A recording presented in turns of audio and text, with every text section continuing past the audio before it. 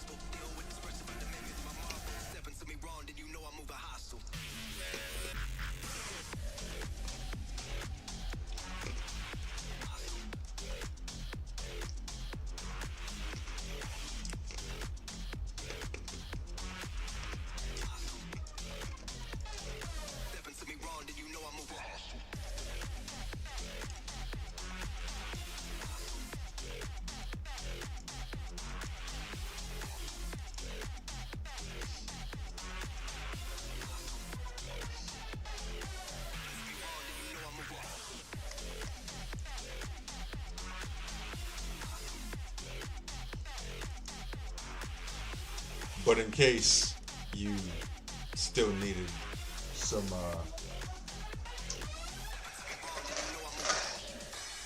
information, this guy.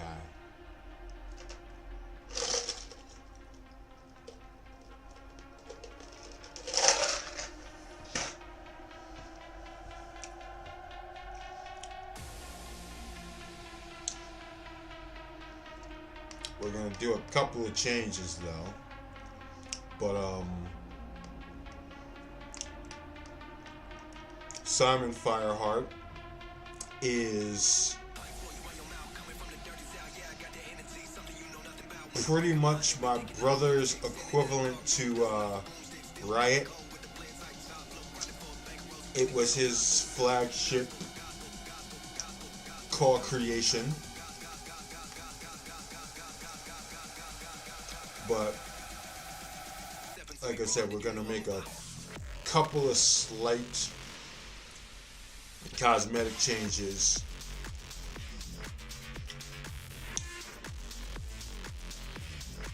But not by much.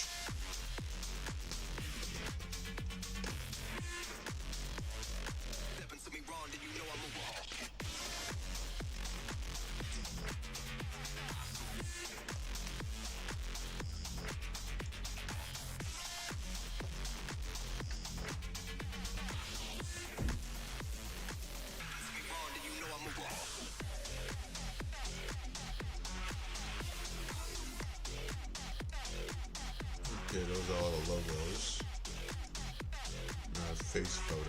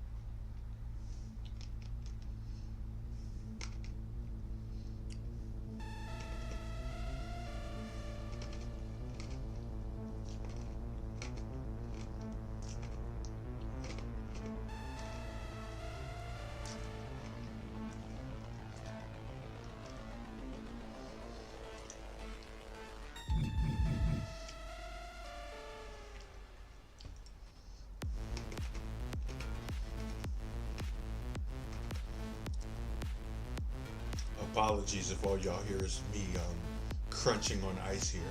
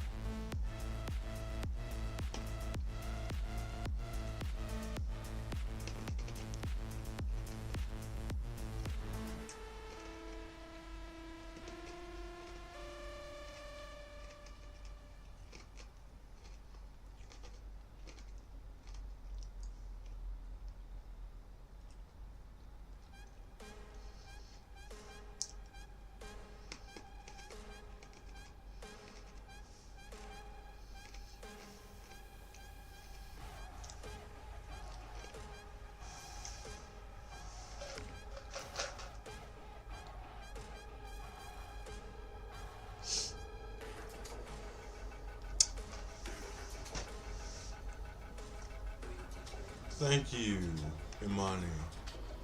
We're doing all right.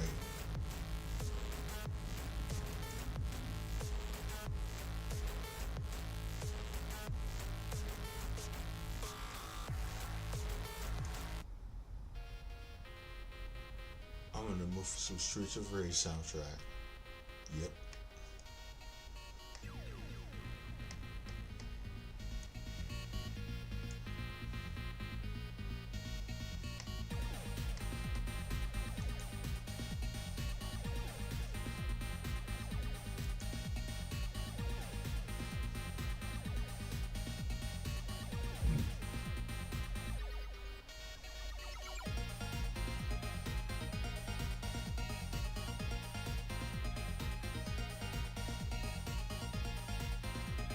Classic.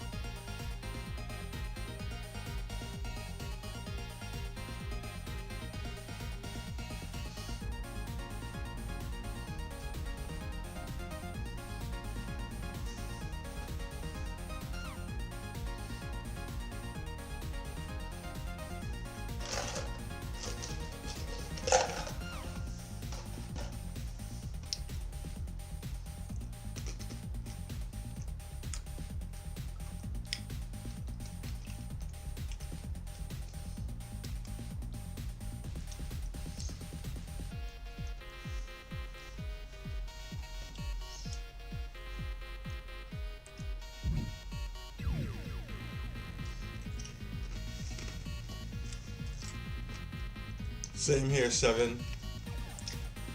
Um,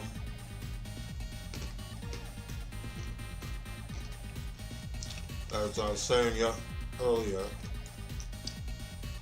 we're gonna make some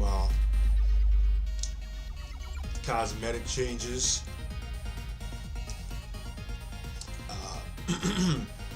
Basically, I'm gonna age him down some because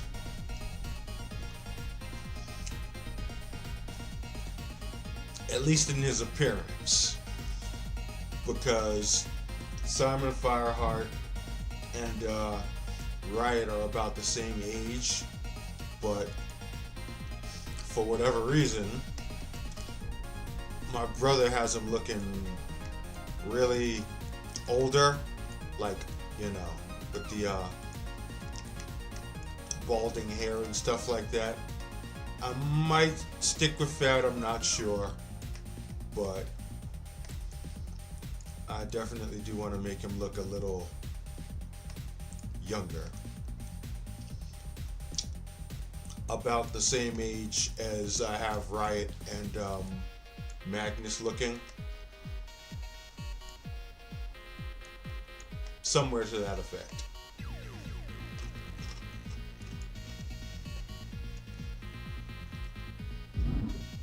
That's the main thing now.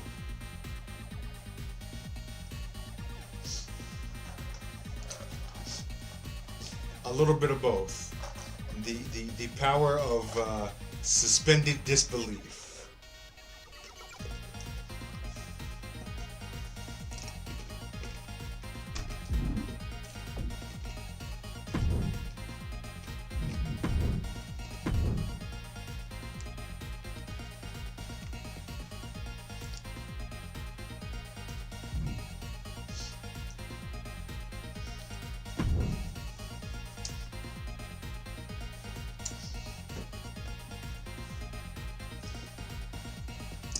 Yeah.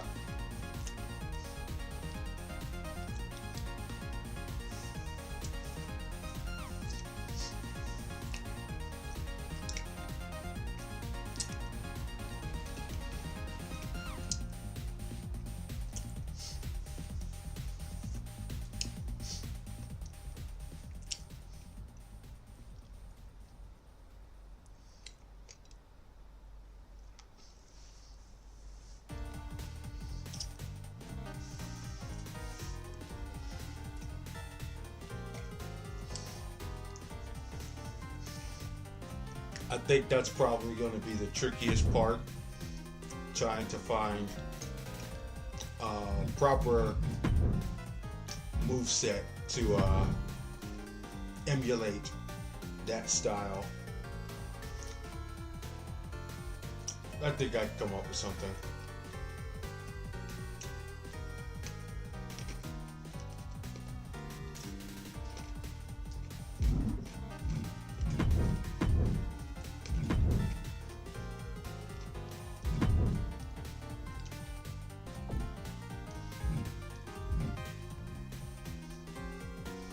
But first comes the fix. And I had already taken the liberty to do my Photoshop alterations before I started the stream, so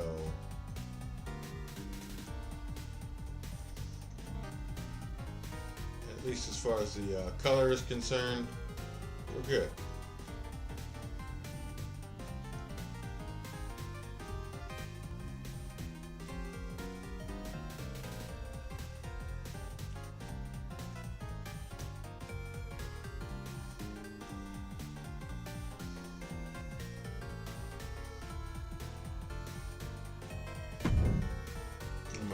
Move some things around though.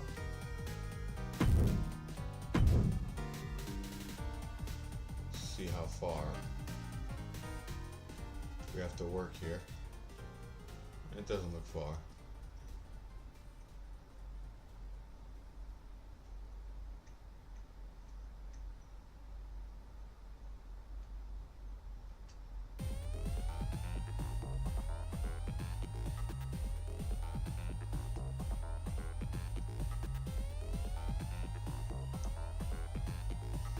I think we'll be all right here.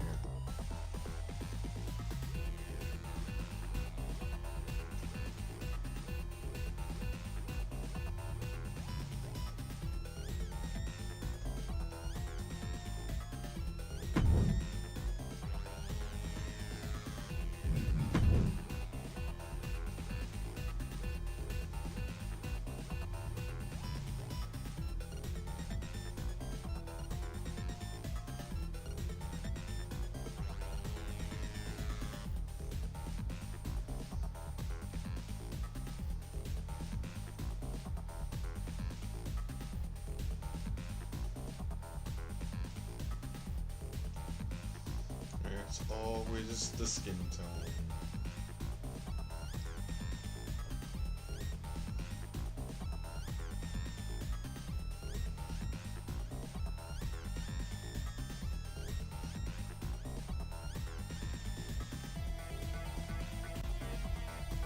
think I'm cool with that.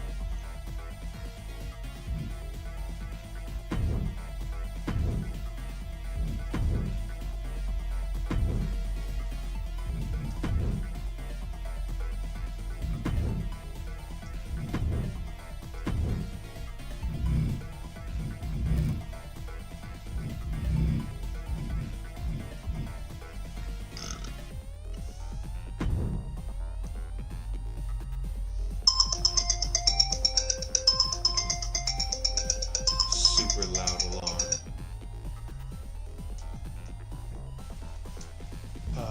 Vegas is good.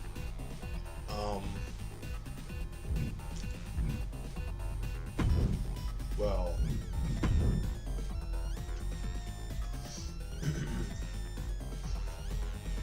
things could actually be better.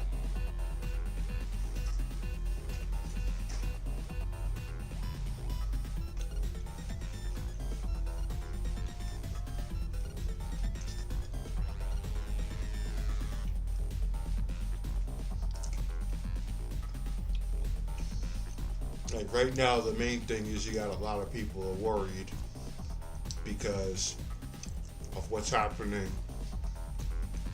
over in Los Angeles. That some of that might trickle over here, but I doubt it.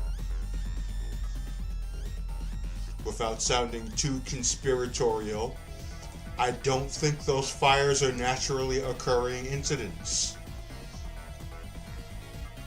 I'm just going to leave it at that.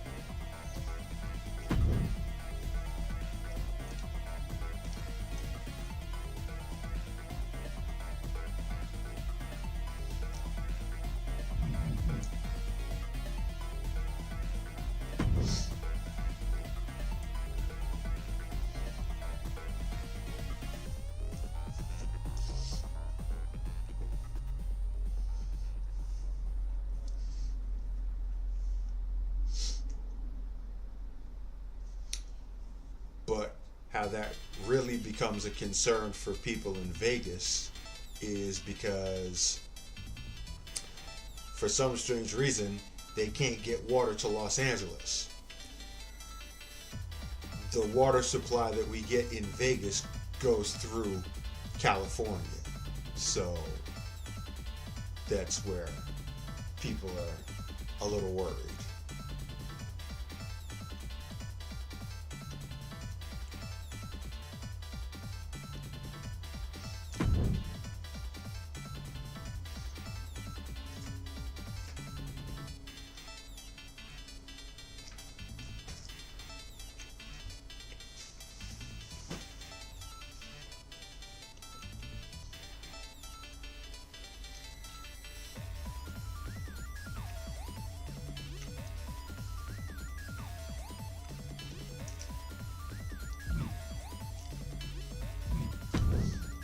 Anything good happening in AEW?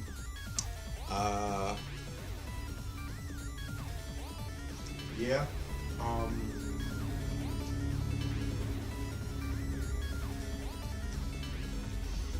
It looks like AEW is going into their big show, which I think is Double or Nothing or All In or whatever it is. Looks like we're going to have Adam Copeland versus Jon Moxley for the AEW World Championship. I strongly believe that they're going to have Adam Copeland win that.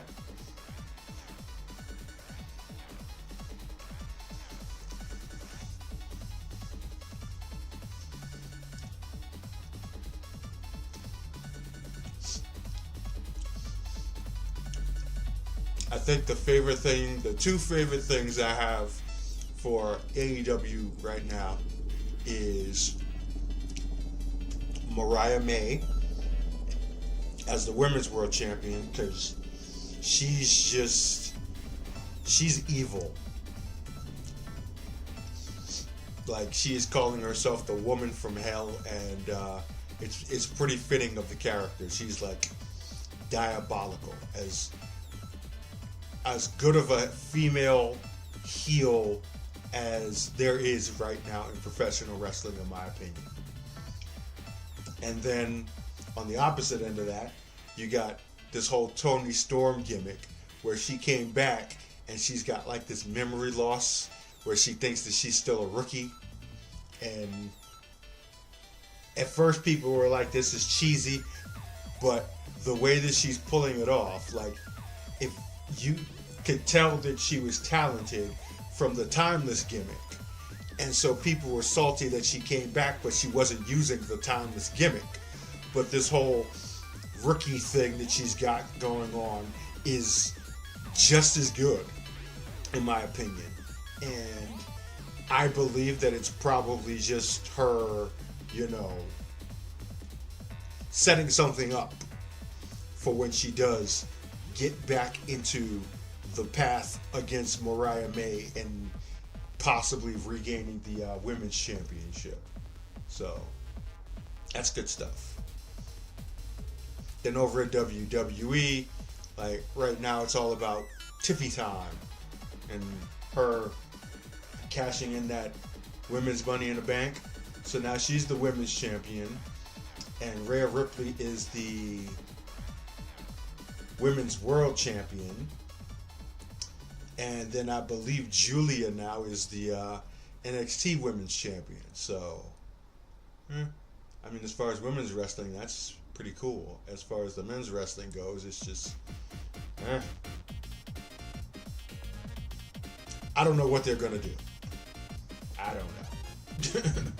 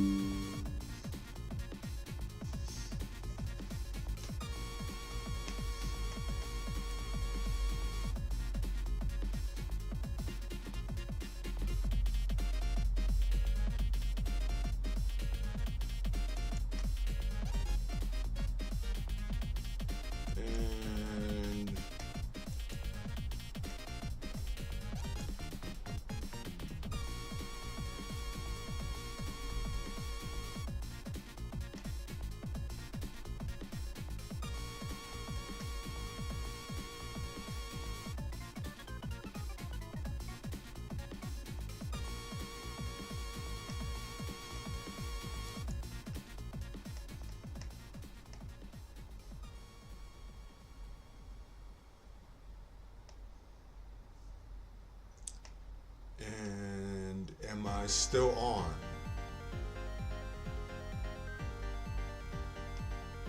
Looks like it.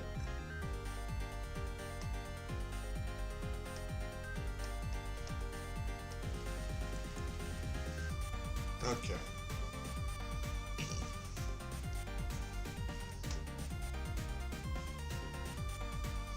YouTube and OBS are having conflicts with each other.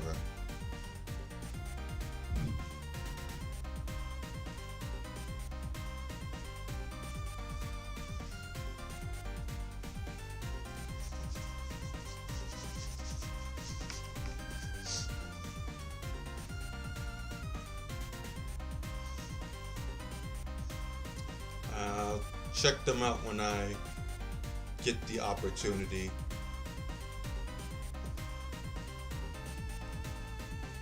Right now, I'm more focused on my own creations.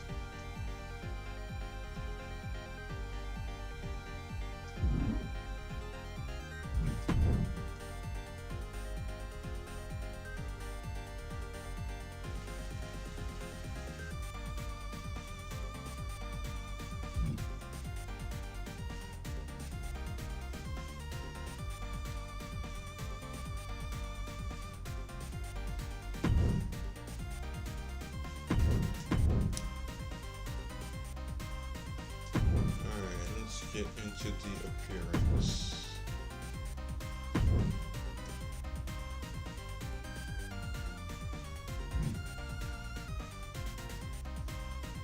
Yeah, we're gonna give him a mullet.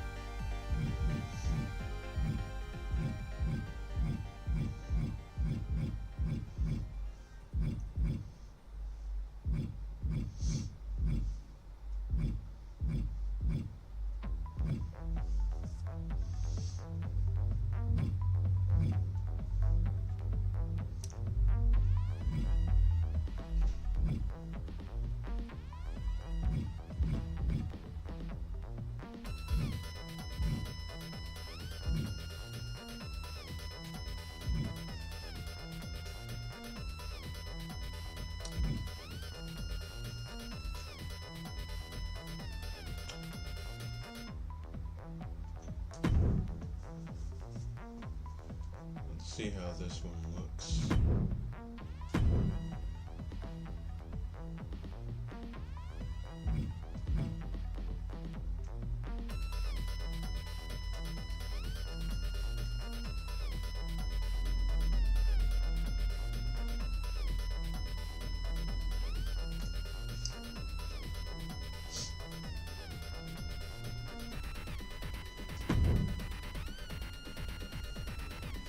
Is giving a Rhaegon Targaryen vibe right now. And yeah, I like it.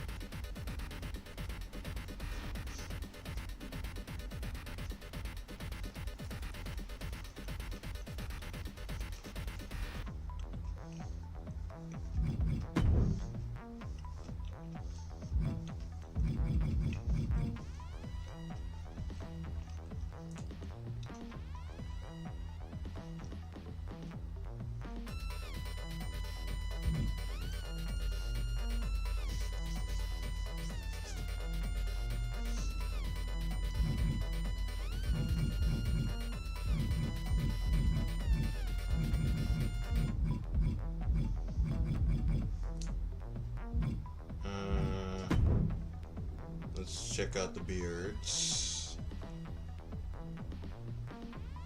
Greetings, Ricky.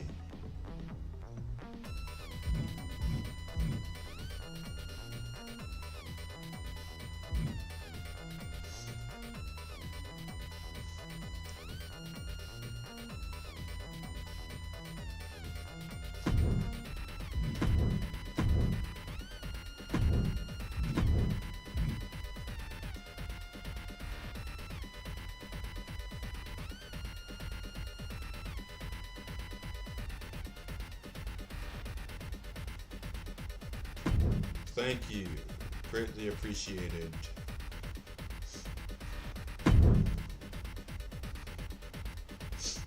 If everybody could send those likes my way, that would be awesome.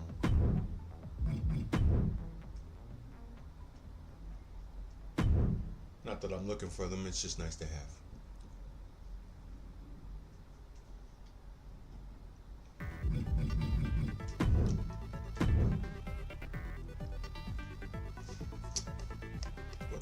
Colors his eyes.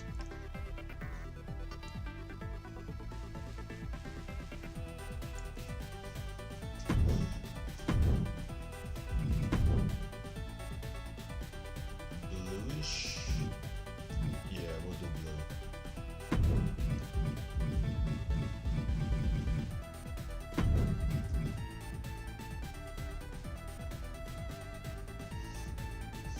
This track right here, the last two tracks here, are low-key my favorite songs in the Streets of Rage 2 soundtrack.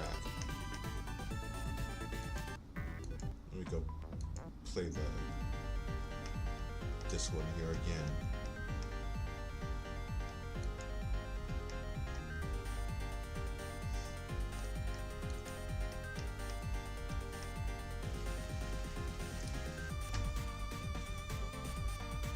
Yes. Why does that blue look green to me? I don't understand.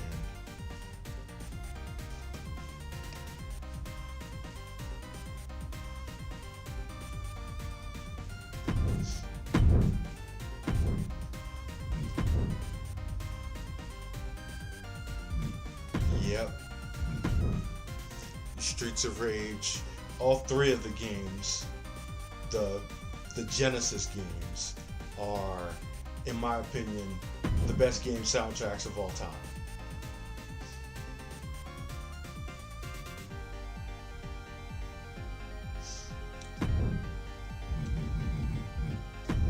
Let me see how he looks like with a longer beard.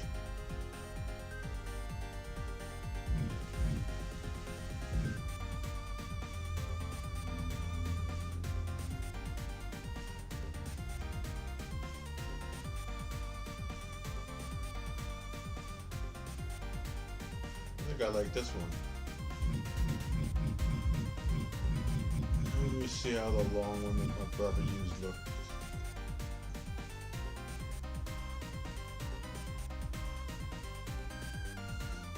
Nah, that's too much.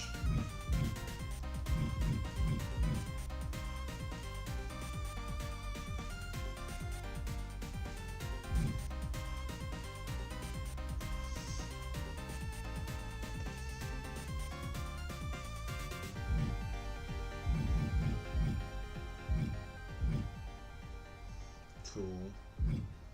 This track is too short. That's the only problem I have. They got longer versions of these songs on YouTube.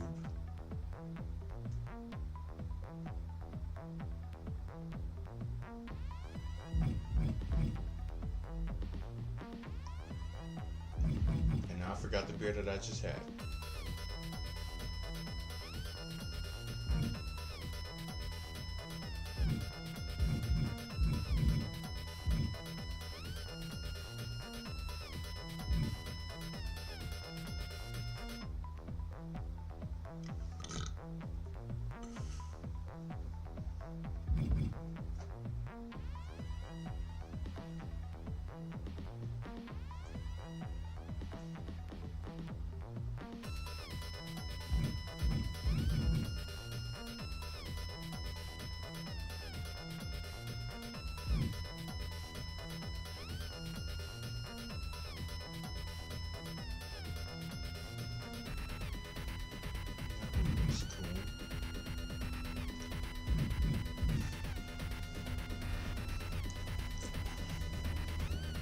Too short.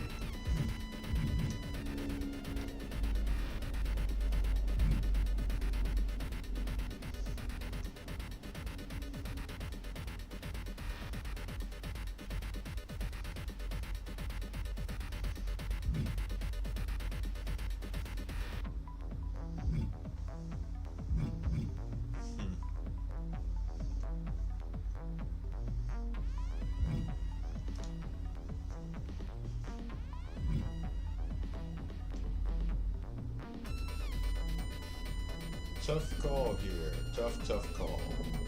You know what? I'm gonna go with this one.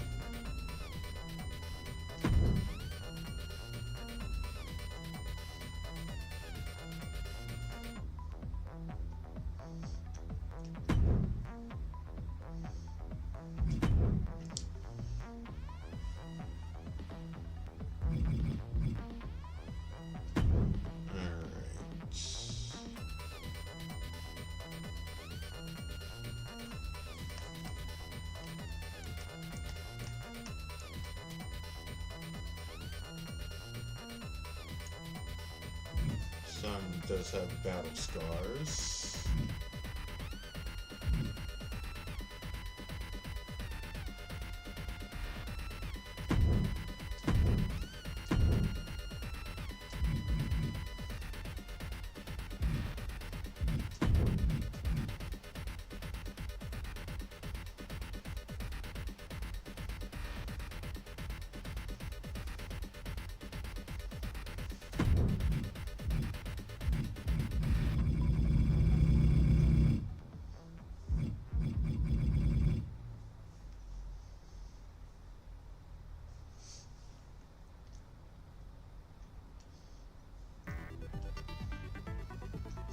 Yes, he most definitely will.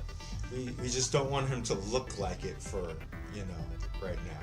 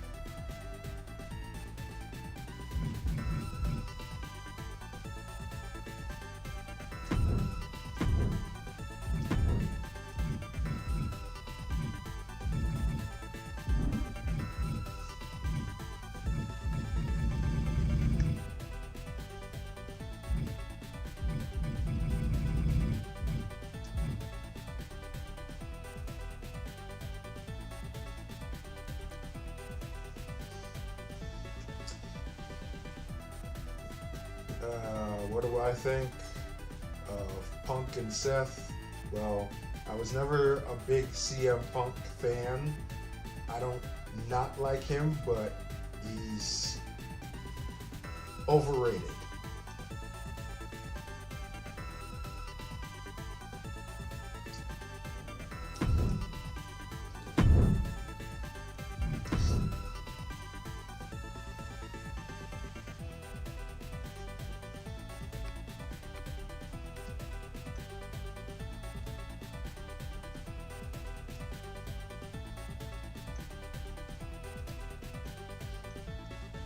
But I'm not necessarily a Seth Rollins guy either. So, I mean, if they can make good matches out of it, then good on them.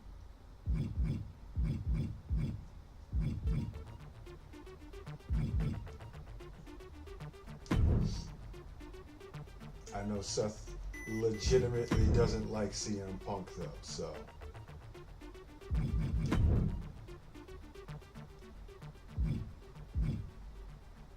Only thing that matters is they make good matches.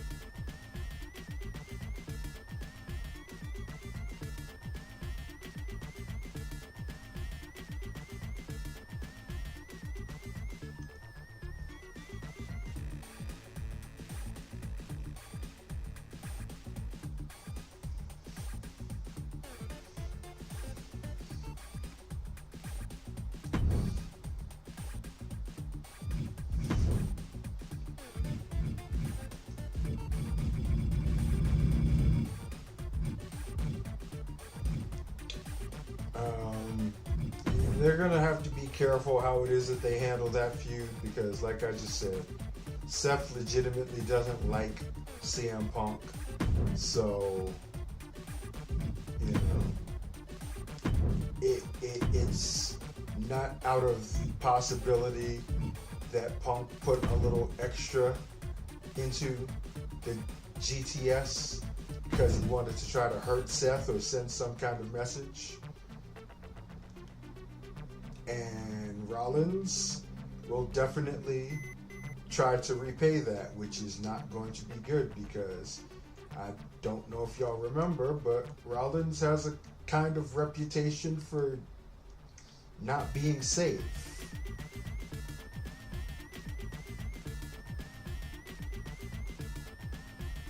You think back to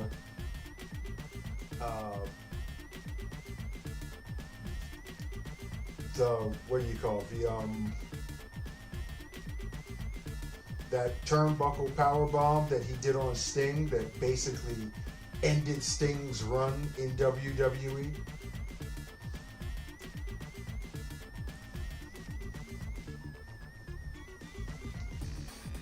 And that's not the first time that he's done something like that. He's reckless. So you take somebody who is reckless like that and you give him a reason to intentionally try to hurt somebody, and that's not a good recipe. So yeah, they're gonna have to be careful how they handle this feud and what they allow, because CM Punk is kind of lame.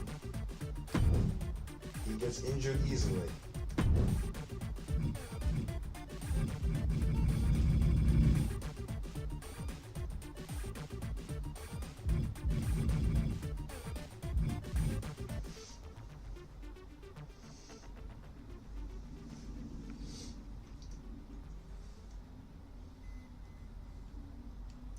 Yep, there's another perfect example.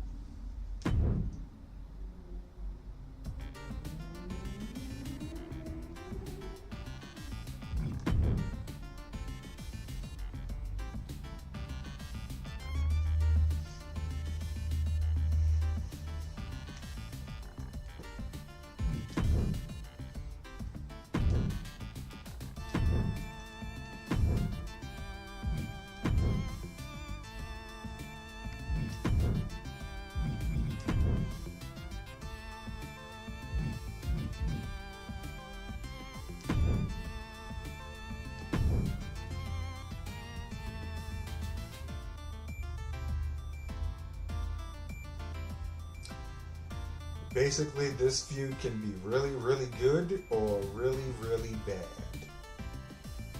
There's kind of no in between here with these two.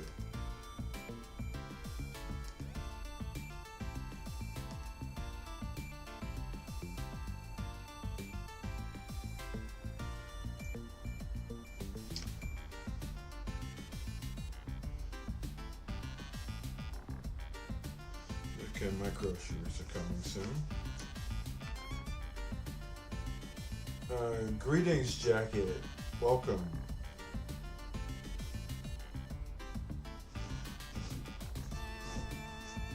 Let's move myself into the camera. There we go.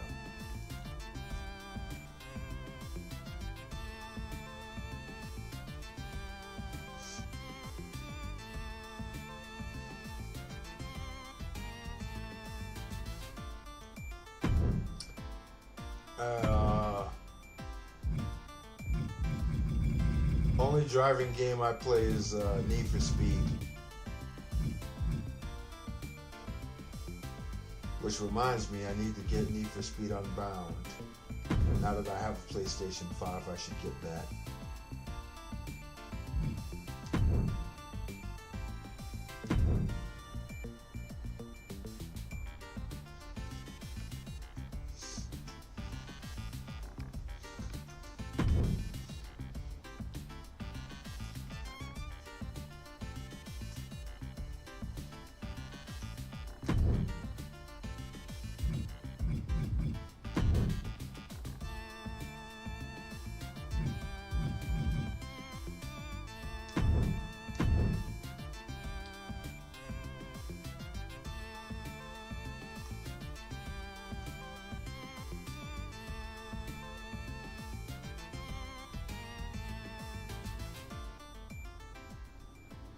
Yeah, a lot of people miss him, obviously. I understand that. Not as much as me, obviously, but I know he's had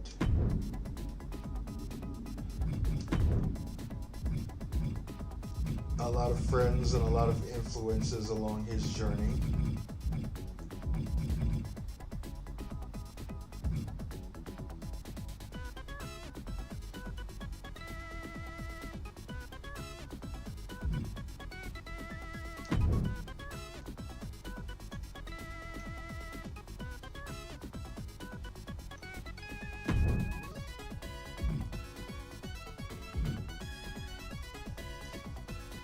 And this is pretty much the best way that I can honor him, by finishing off some of the things that he started.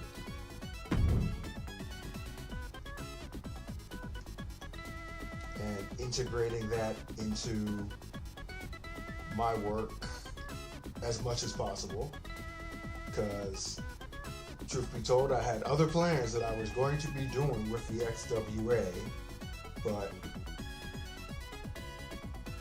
that got obviously sidetracked. So certain cars and characters that I was going to be making are on the cutting room floor now, basically.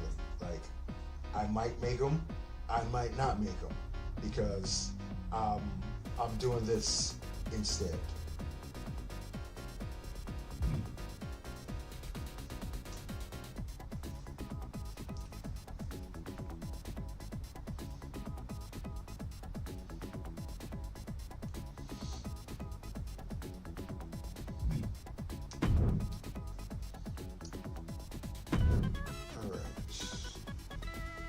Base is done.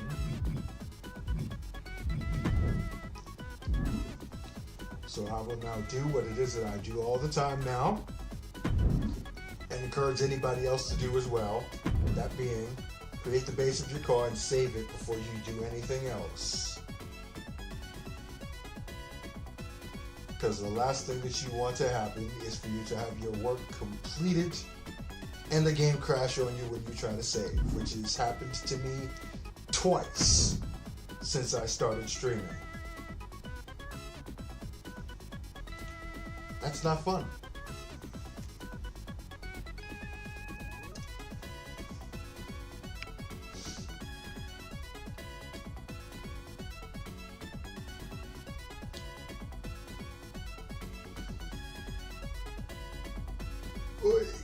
Yeah, White Leather Jacket was a member of the XWA during the illustrious EFED era.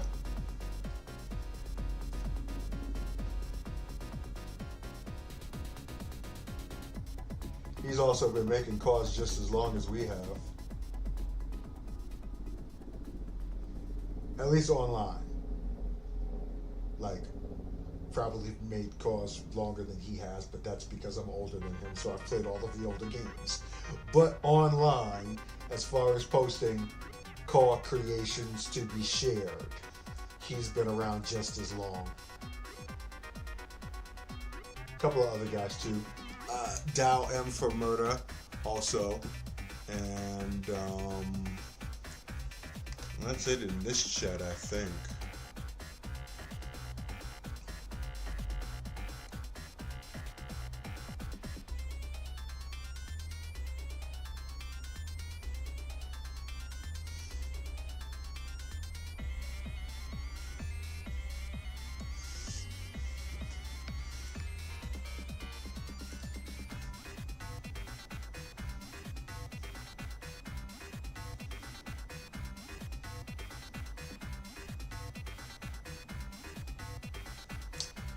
Chris, funny you should mention Primo and Timoa, because I actually have already retouched their face textures for color correction and stuff like that, so they are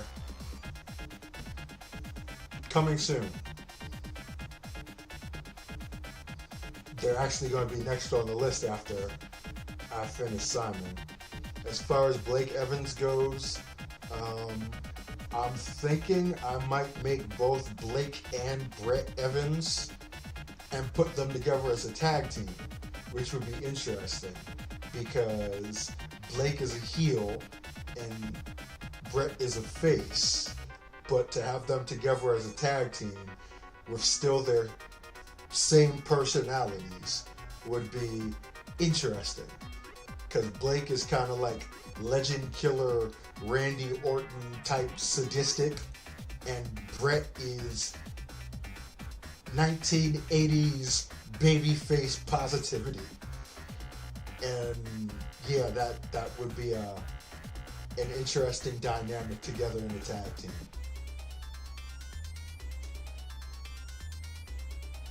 So what I'm actually going to be doing for the tag team division is I'm going to make a whole different profile and just have tag teams on that, because I want to have actual like an actual dedicated tag team division, not just putting two different cores together. So there's Monolith, who I'm going to be remaking, who are current XWA Tag Team Champions right now, which are two of my brother's other creations. Then there would be the Evans brothers.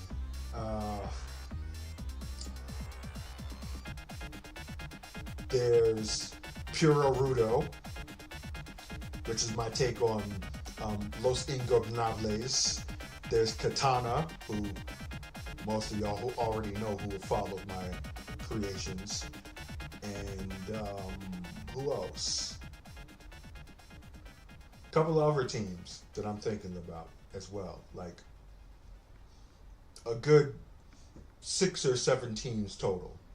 It should be a robust enough tag team division to have a lot of stylistic variations. So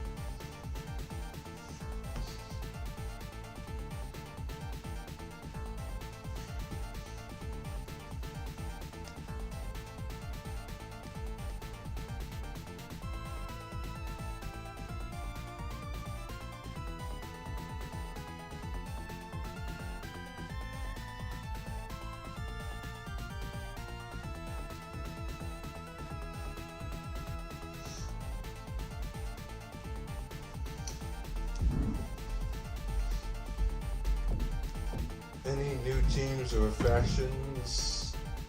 Yeah, there is actually.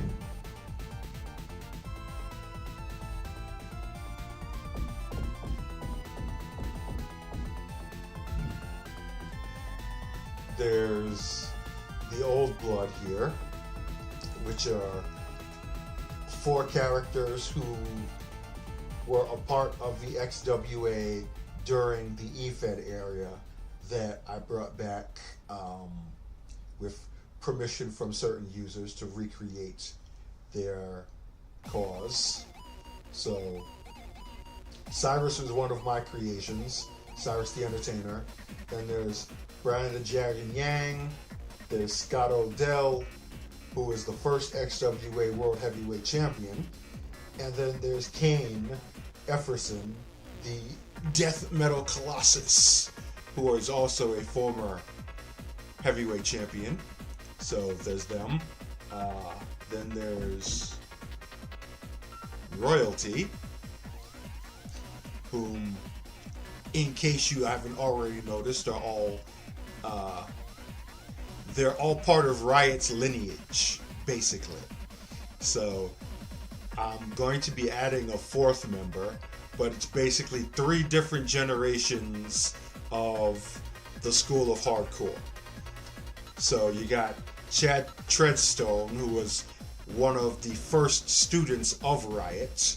I call him the first 5, which included Jason Jones, John Payne, Sierra Kay, and Tyler Riddick, who was a character who I had in the Trial of Kings, Underground King side of things.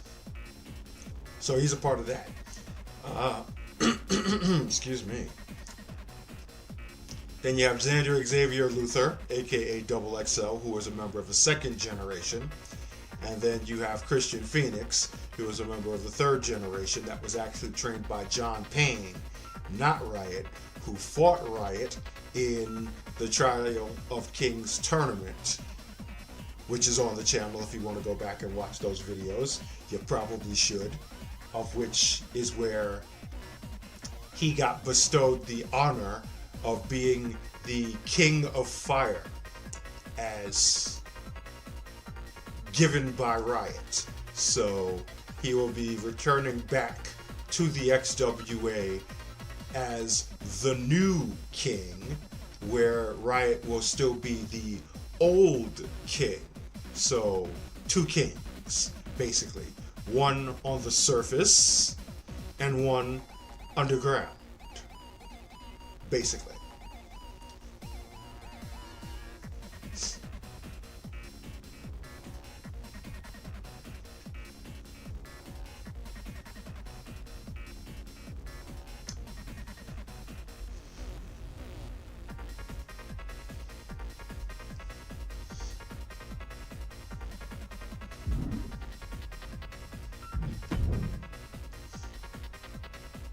Yeah. Um, well, Sierra K is already out there. She's available. You could download her right now. And John Payne has not yet been created. But he's on the list.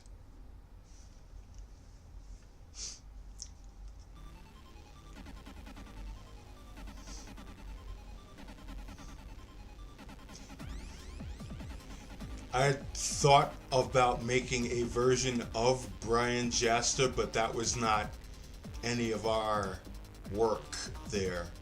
I don't have any of those references or anything.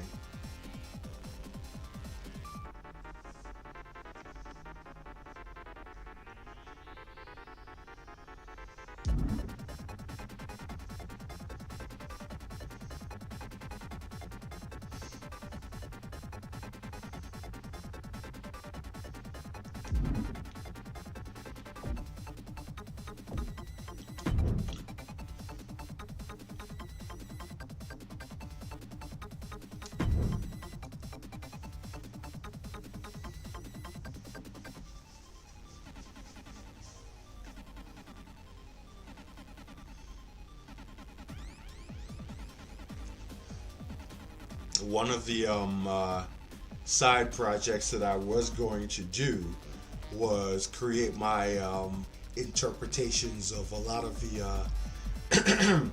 XWA era characters from other creators. So, Jasta, uh, King Vegas, Keith Weil, Johnny Pyro, a lot of them I was going to do, but obviously fate dealt a different hand. So, yeah. I'm creating my brother's cause instead of everybody else's.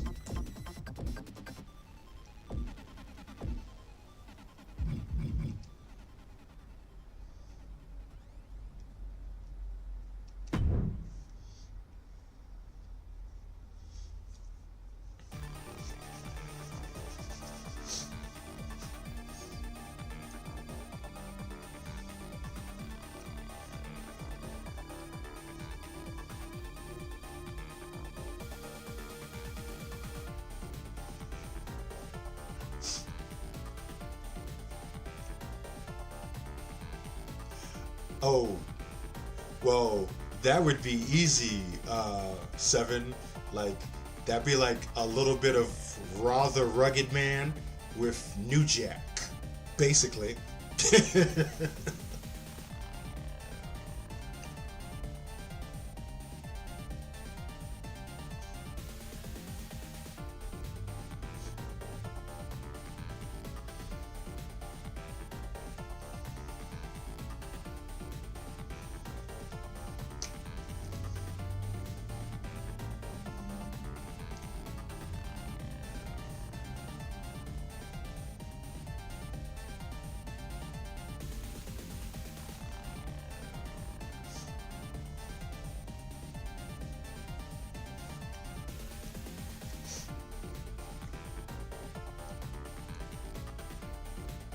Yeah, I had thought of doing stuff like that, but I just make too many of my own creations to be able to.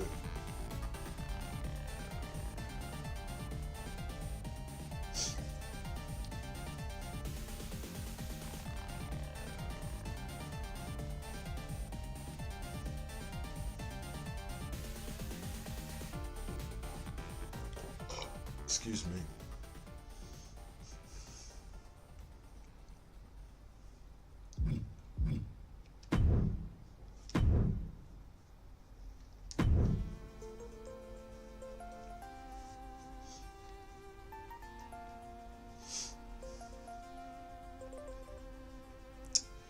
Greetings, Ricky. Welcome.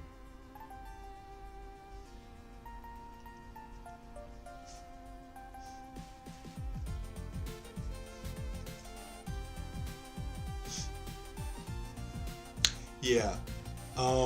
It wouldn't be that difficult for me to do like my own interpretations of other people's cause, because all I'd really be doing is just taking their own actual ideas and just putting a little, added cosmetic spin to it. Not necessarily like a complete transformation or something like that. Just taking what it is that is of that character and just decorating those parts a little bit more.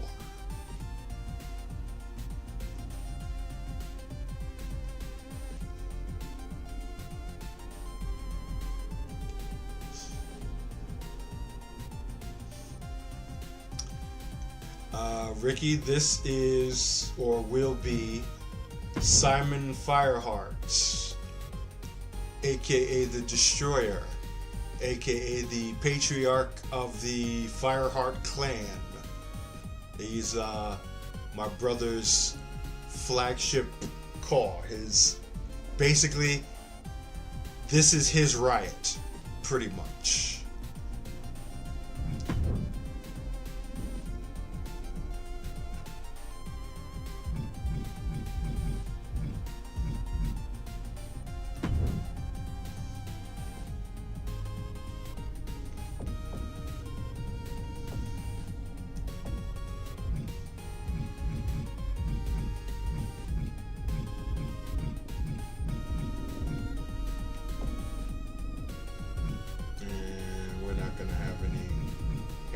In this category, are we? Probably not.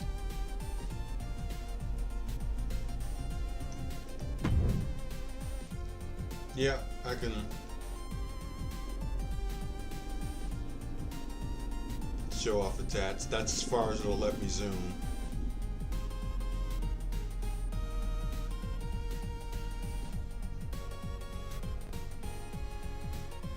Left side is two different tats. Right sleeve is the same design but just doubled over on the front and the back to create the image of a sleeve, because they won't let you cover up an entire arm with one asset. Yeah.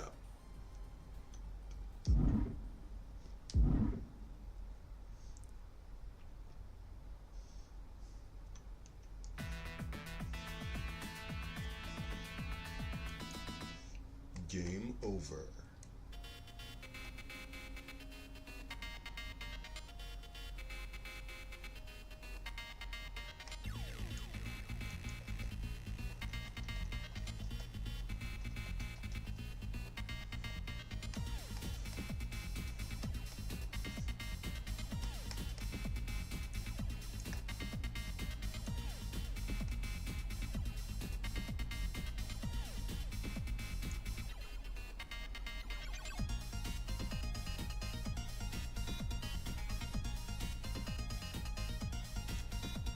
I love this.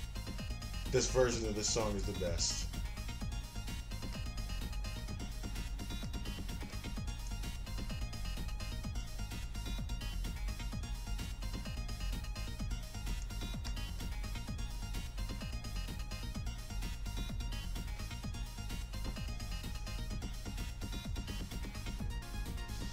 Yeah, it's one of the $1,000,000 questions about call mode, all the limitations and stuff like that.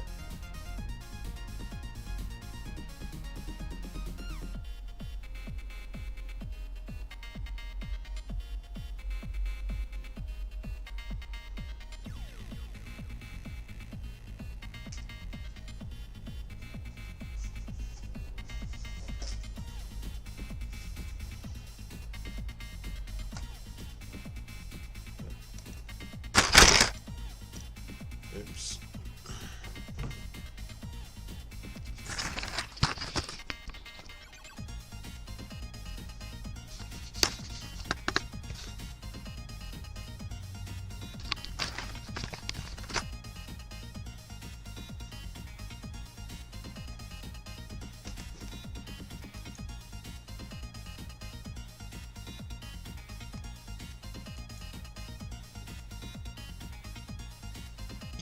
Excuse me.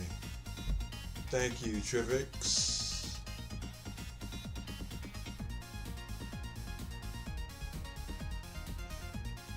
Yeah, Crow, this is 90s techno. Exactly.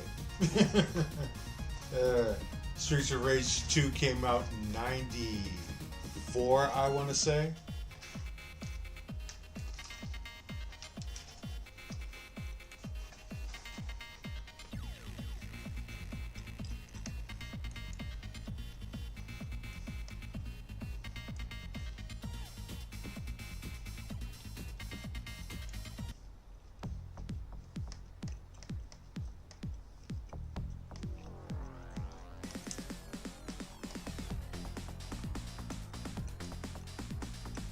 And here's Streets of Rage 1.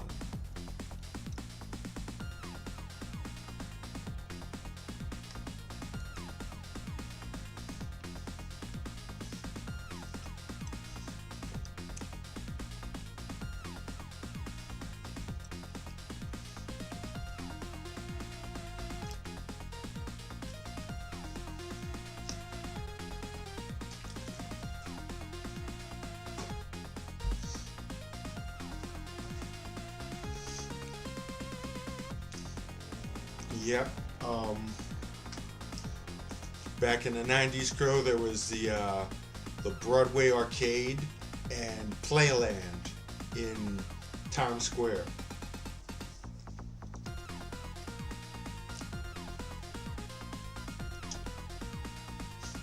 That's where we got our Street Fighter 2 on, our Mortal Kombat on, our Tekken 1 on.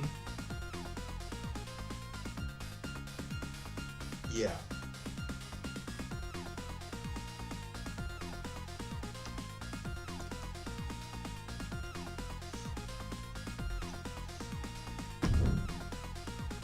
Oh.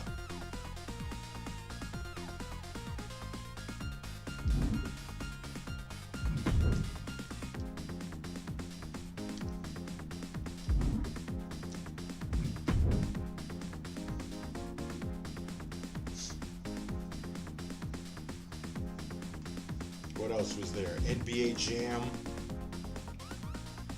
Virtua Fighter, yeah, lot of stuff, Good times, simpler times.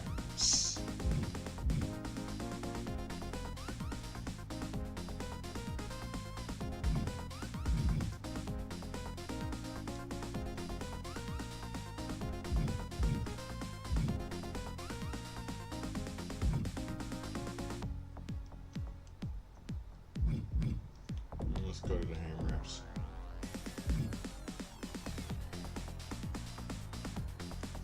Yeah, Time Crisis.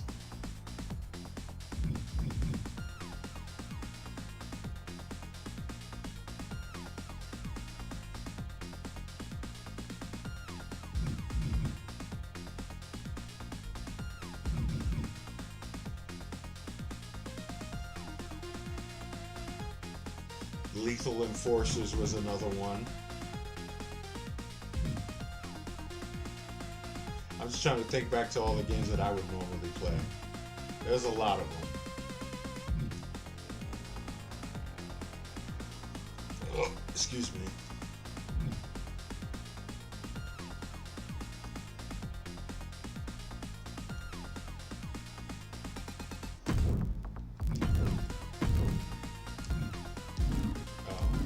You change the color of the cross. Well, so much for that one.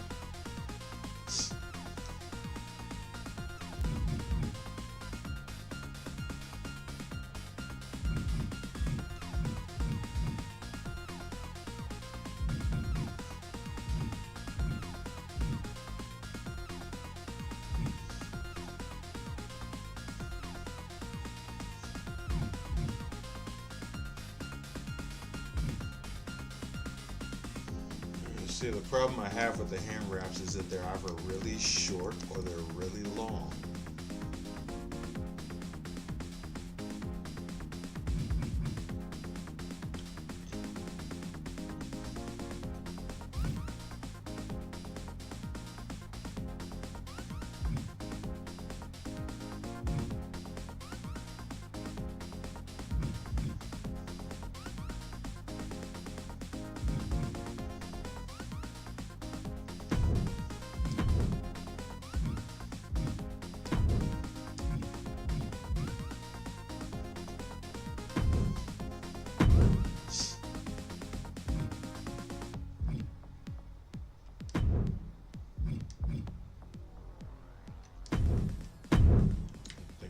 Found one.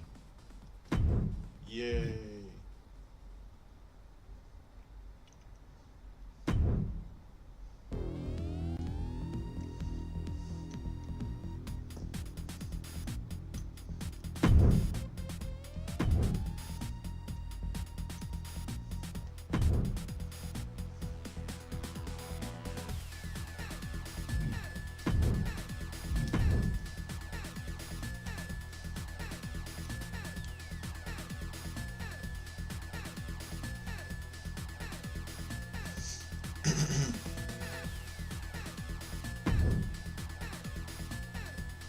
Yeah, those were the days.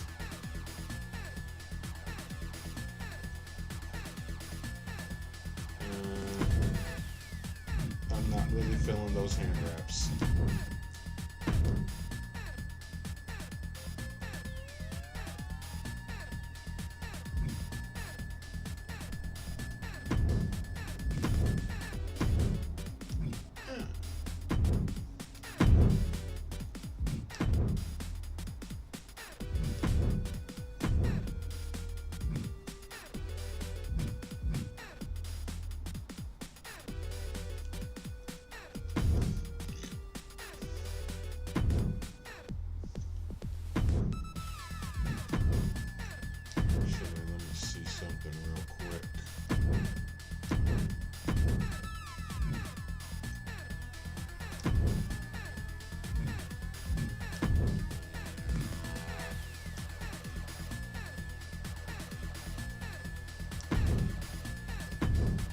Maybe I will go on. Just change the material.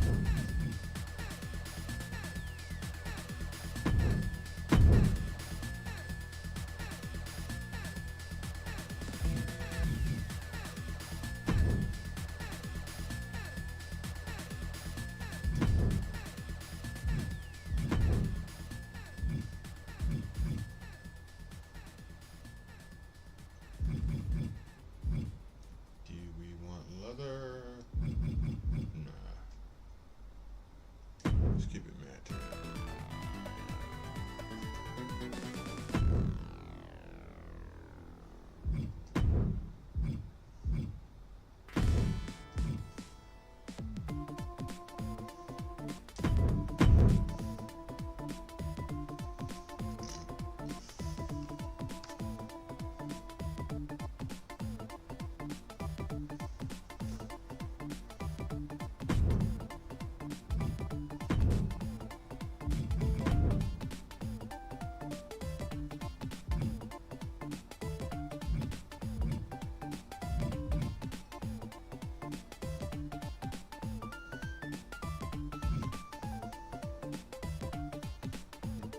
thought I saved the one on the left.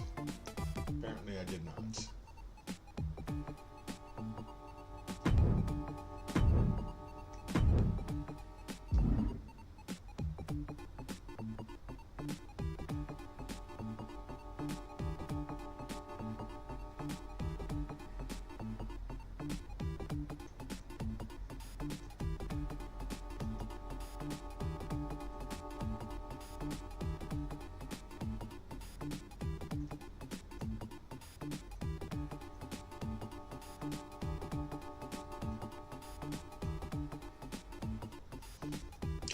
Was the series that this soundtrack belongs to, Ricky.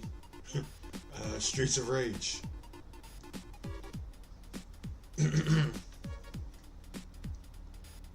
All three of them. I do like Streets of Rage 4 too. It's just different.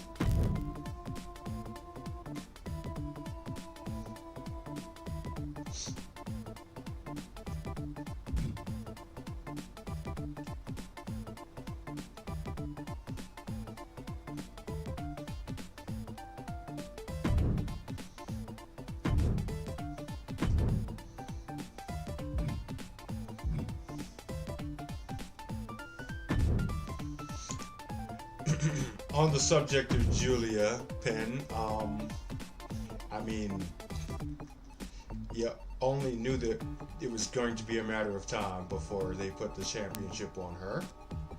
Because on paper, she's the best female wrestler on the entire NXT roster.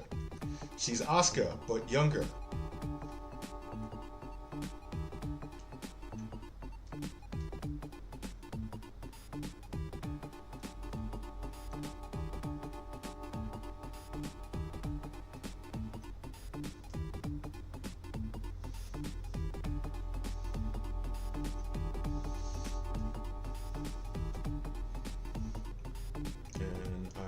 Probably gonna have to go pick up my groceries real quick.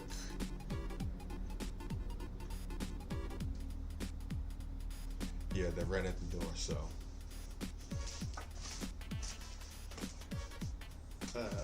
Intermission. I'll be back in a second.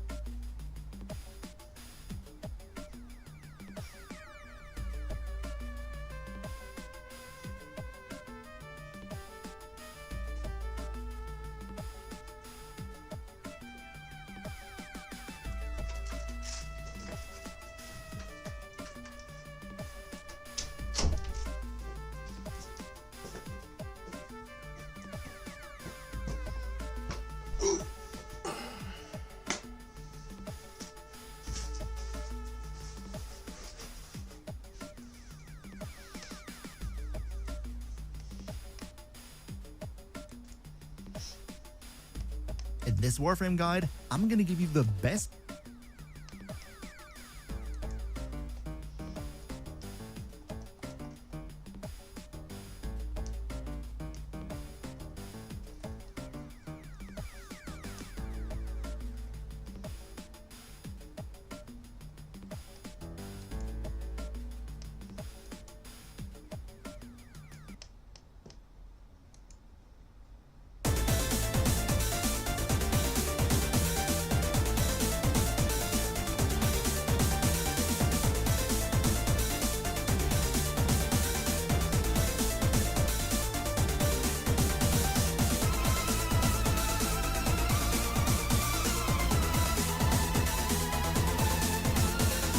Yes,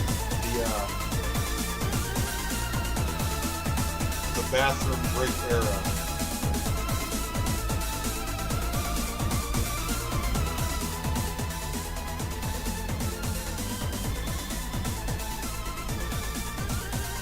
Not so great times for women's wrestling back then.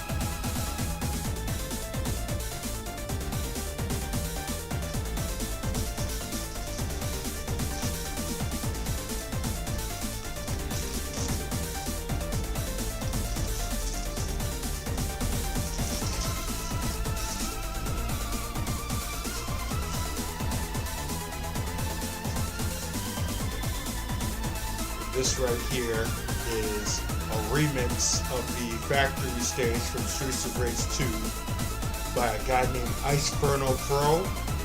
He did a whole bunch of Streets of Rage 2 remixes a couple years ago. It's gonna get a little crazy. You'll dig it.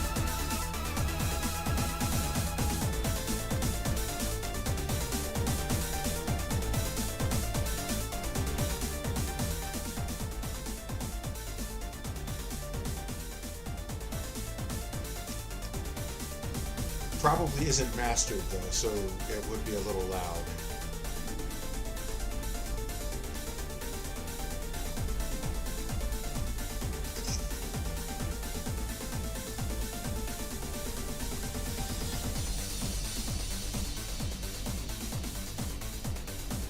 Yeah, she did.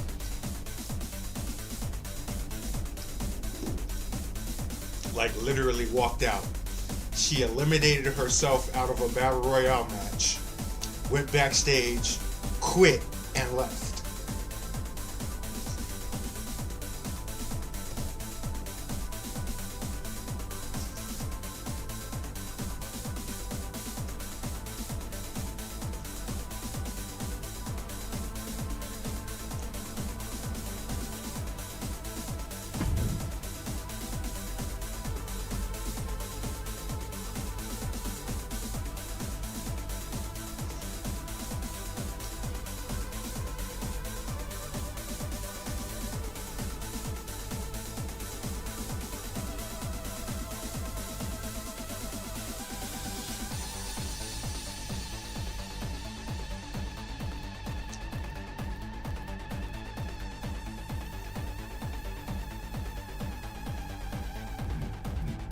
Yeah.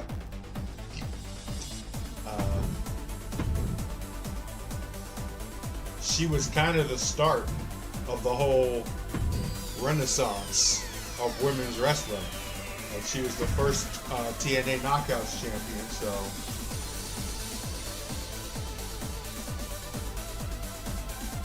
she wanted to be about the wrestling and not just being the eye candy.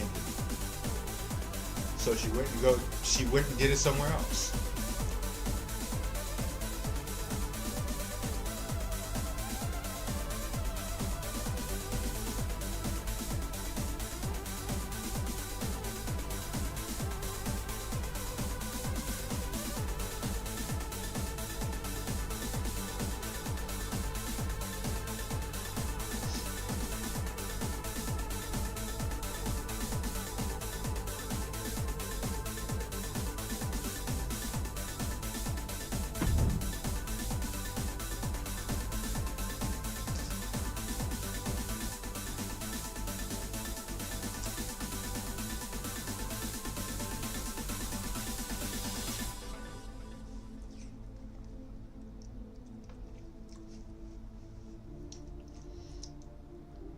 Yeah.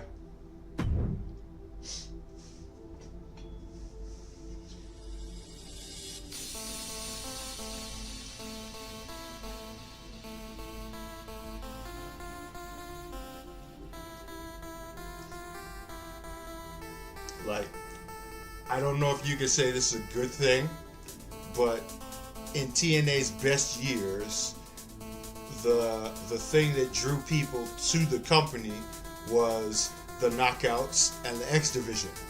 It wasn't so much the regular men's roster, aside from a couple of guys like AJ and Samoa Joe and who else? Christopher Daniels, guys like that. Yeah.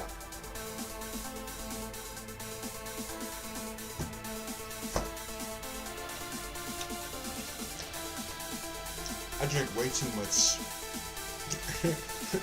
soda and water and stuff like that. It's no wonder I pee gallons at night.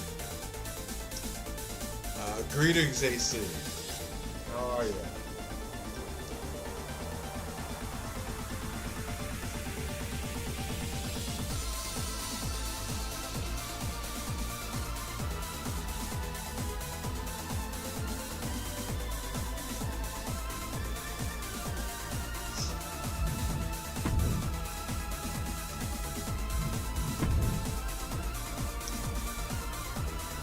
Yeah, that's kind of like the best the best triple threat match of all time, in my opinion.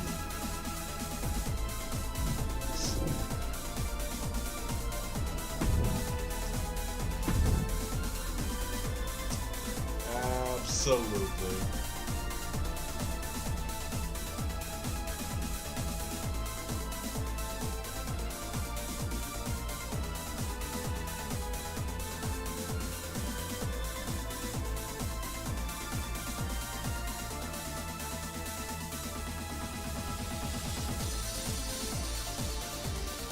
Like, it wasn't just different, it was good as well.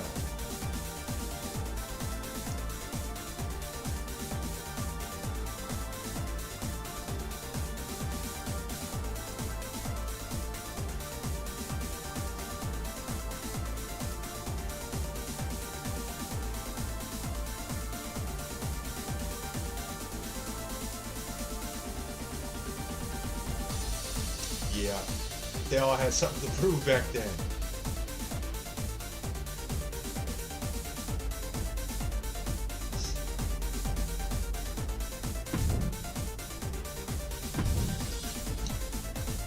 And almost killed themselves in the process.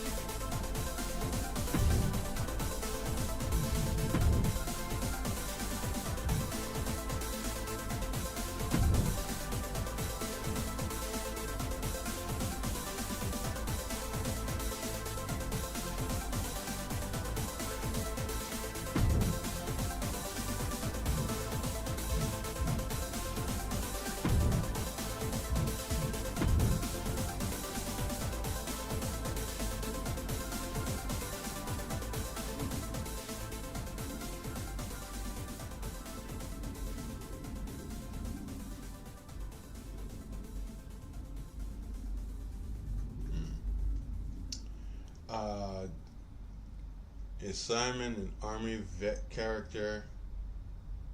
No. The older brother Abel is a army veteran. Simon came up in the underground. Kind of like Riot, sort of.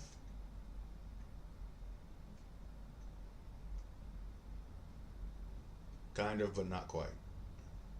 Put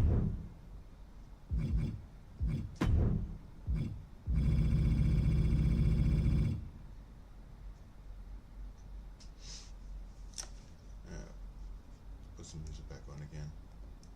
Where is the Streets of Rage 3 stuff? Let's go with that.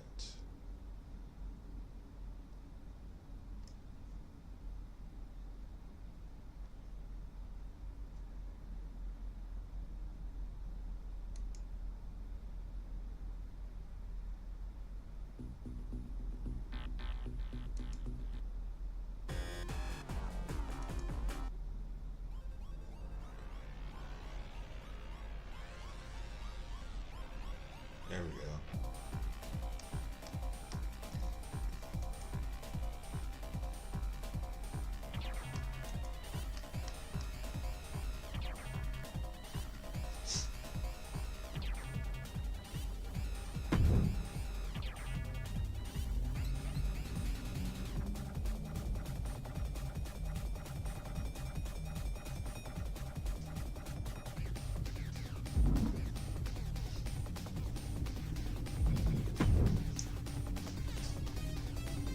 Well, I will be honest about not being 100% keen of the entire backstory of Simon that my brother created, but I do know the main points.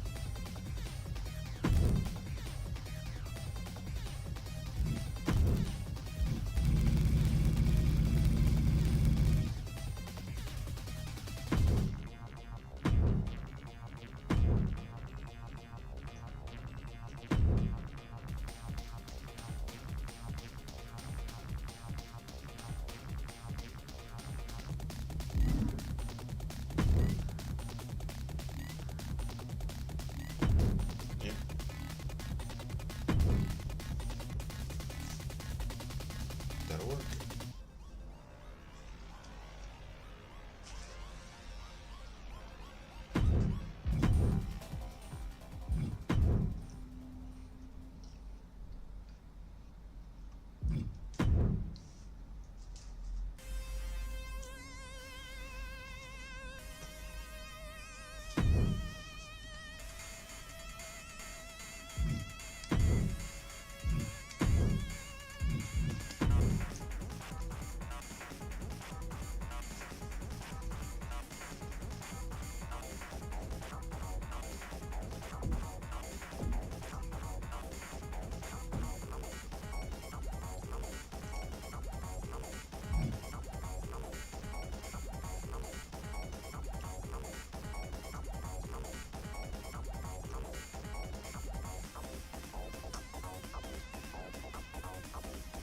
Well, the entrance gear is gonna be easy, isn't it? Just use Jamie and Priest shit.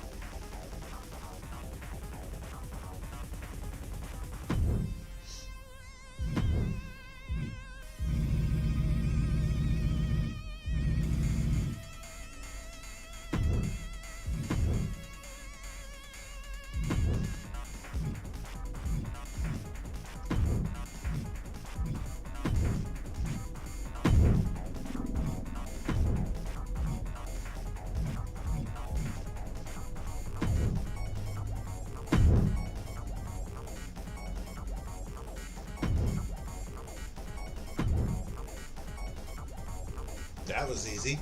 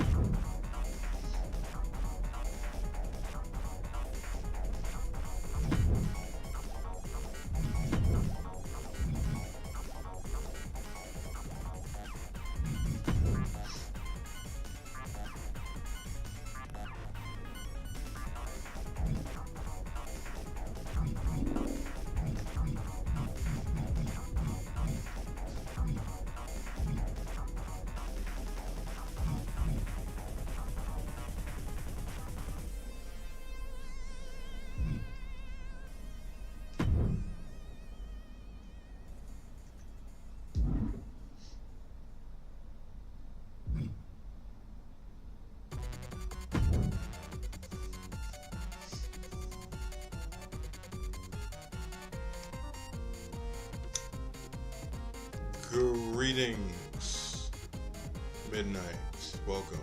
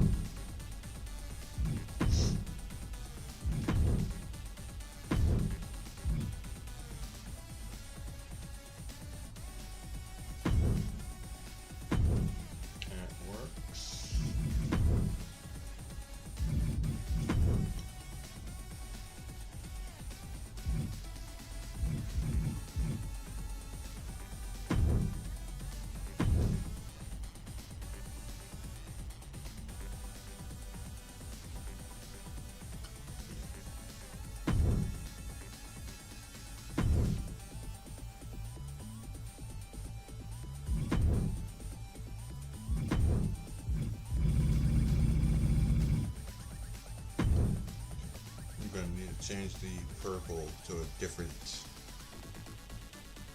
shade. Let's fix that now.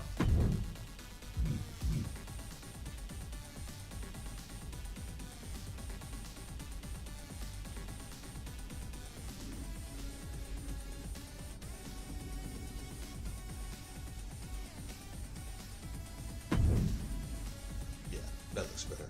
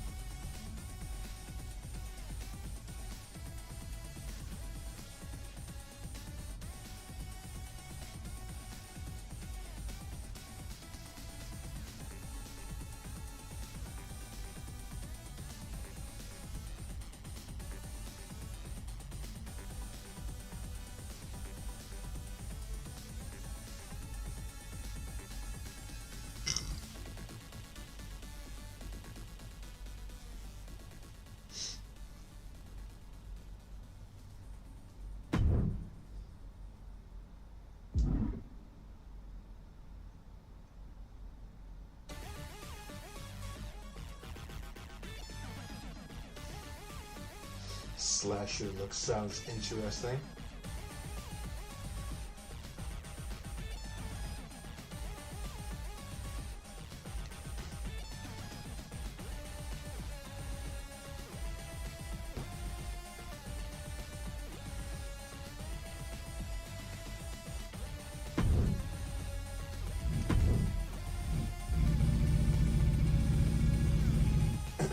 Precisely the reason why I never got involved with any shows, Midnight.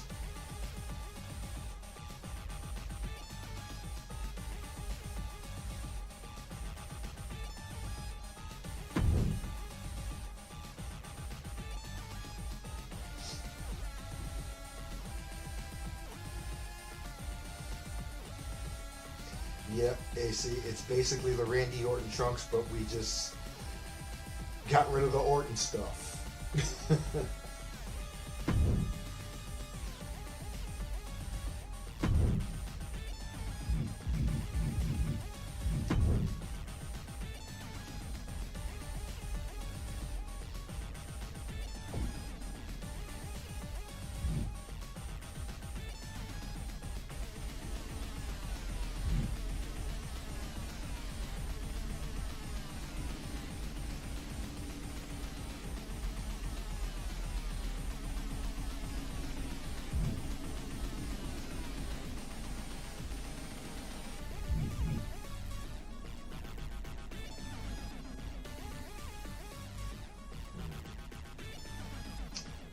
Do I want to give him this compression band?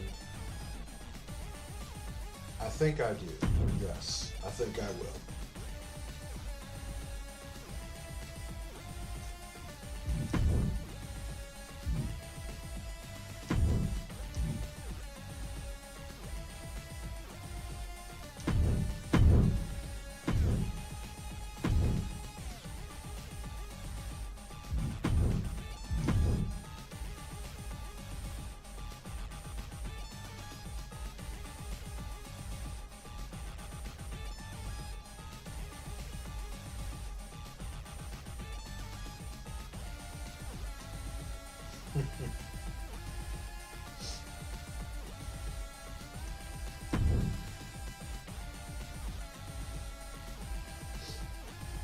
Yeah, it's all good, Pam.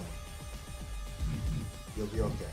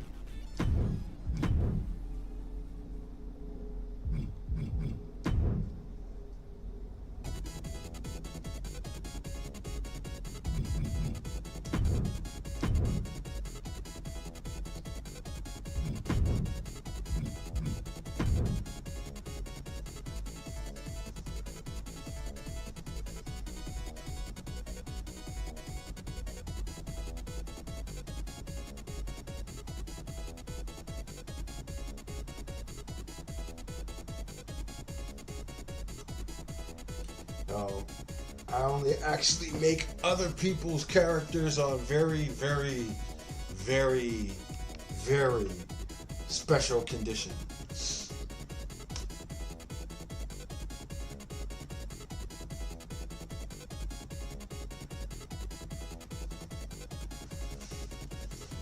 And yeah, my brothers have the trademark on purple and black since I want to say 2002. So I think he's probably used that color combination longer than anybody on this stream.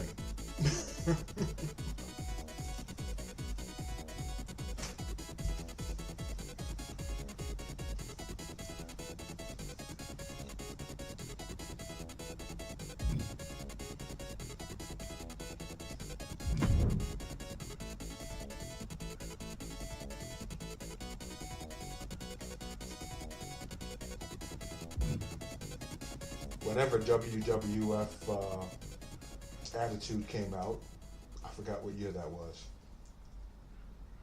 That wasn't even in the 2000s. That was in the 90s.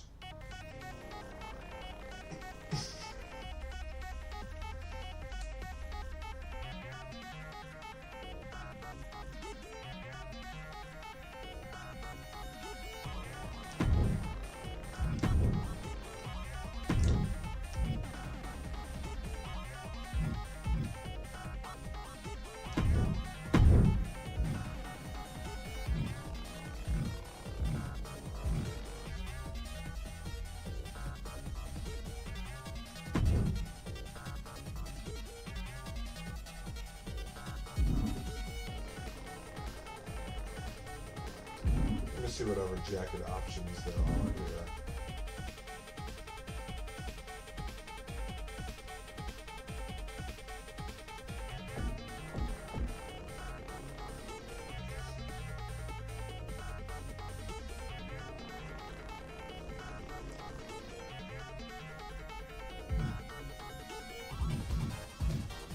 Oh yes, good times.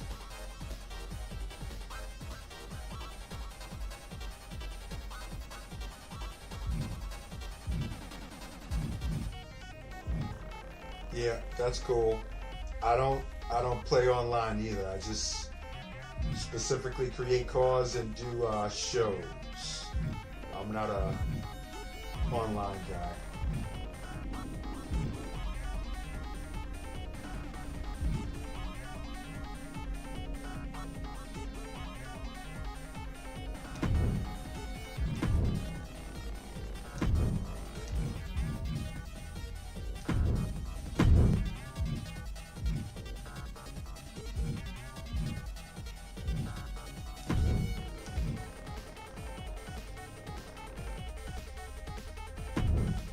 I don't see any purple in that, or whatever.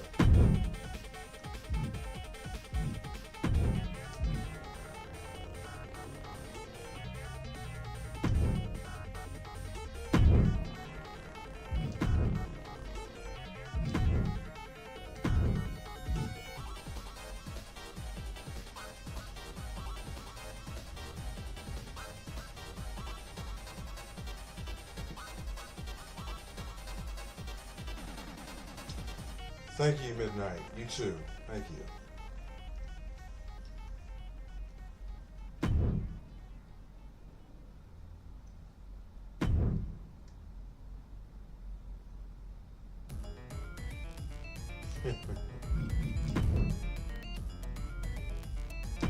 People ill.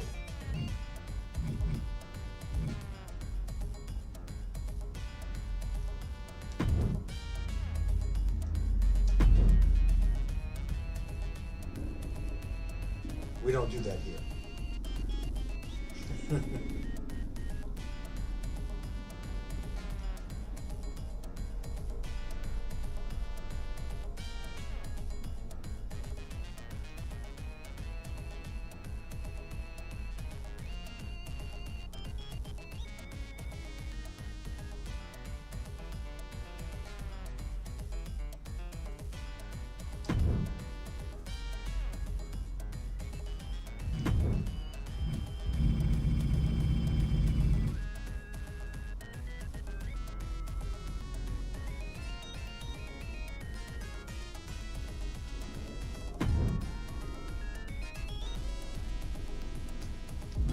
I don't think I need to do anything else here.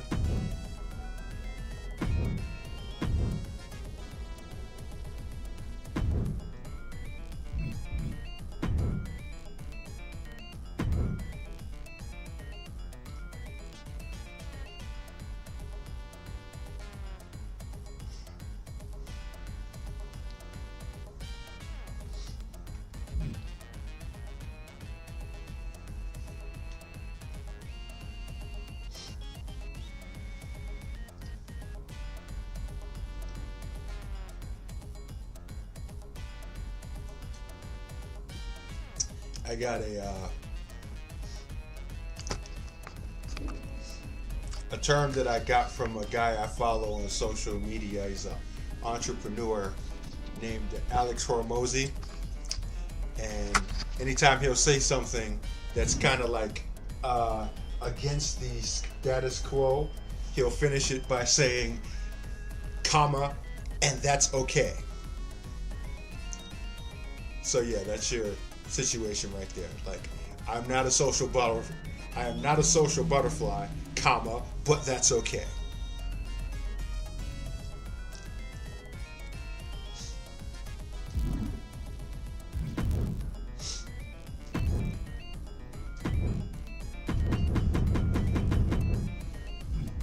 Because anybody who has a problem with that, well, that's their problem, not yours.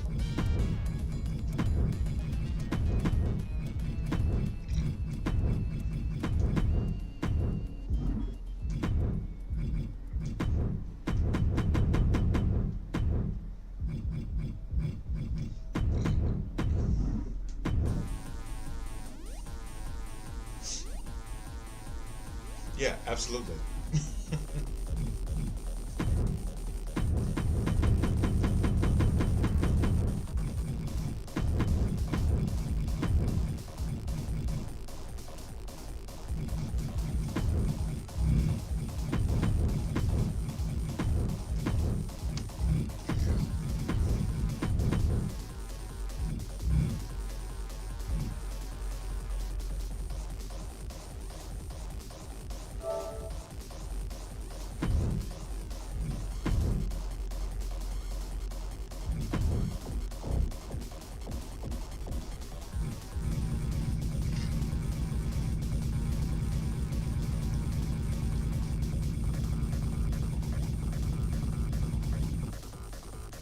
There we go.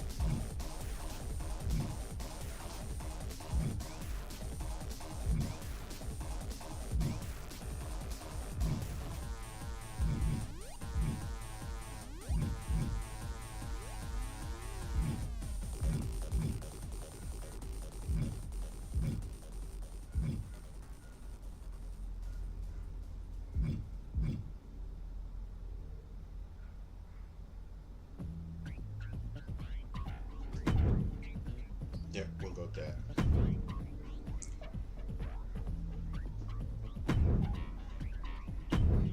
Oops. But before we do that, you know what this man's missing for his entrance? A hat.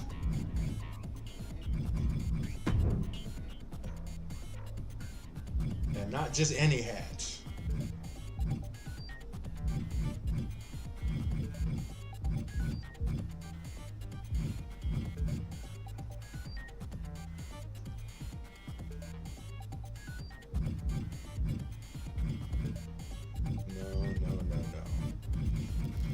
I need that debut Undertaker hat. That's what we need. Is this it? No, this isn't it. That's the Godfather. Where it at? There it is. There it is. Sorry, y'all. Y'all gonna have to either play through the WrestleMania showcase or get the showcase pack, because he's got to have his hat. I'm sorry.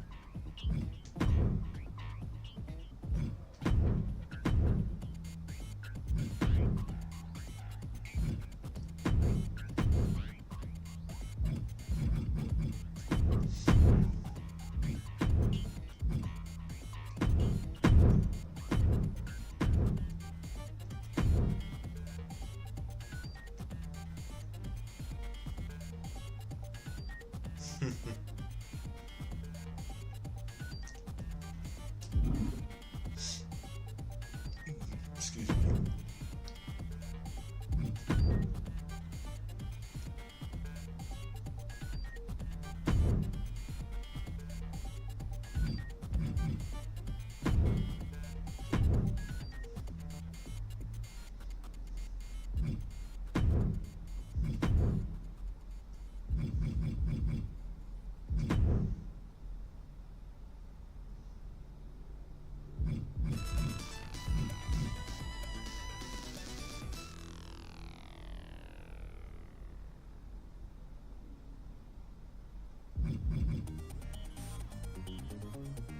No. There's the hat we need.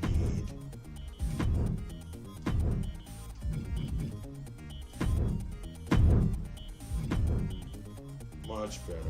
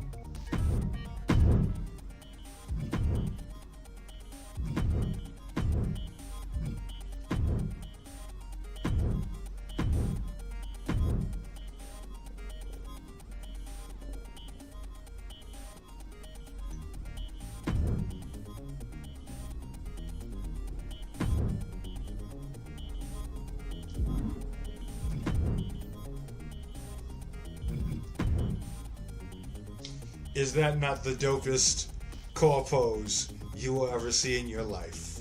Right there. You don't even see his face. Ah, that's beautiful. Yeah. Ladies and gentlemen, I present to you the Destroyer, aka the King in Black, Simon Fireheart, for 2024 and beyond.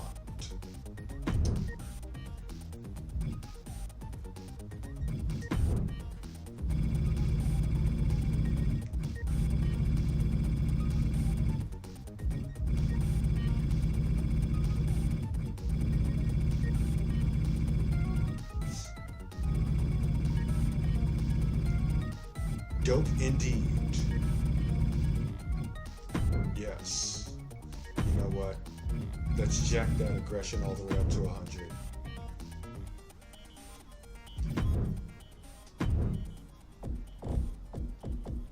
He's a boss character, so he's gonna have to be very aggressive.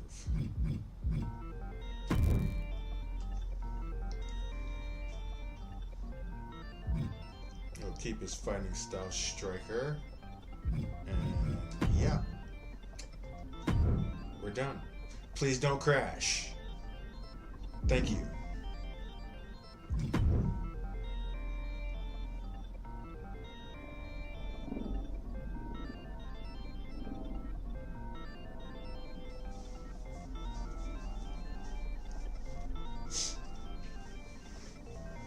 And again, the only thing I did compared to my brother's last version was make him look younger. Just a little bit. It's the change of the hair and the beard.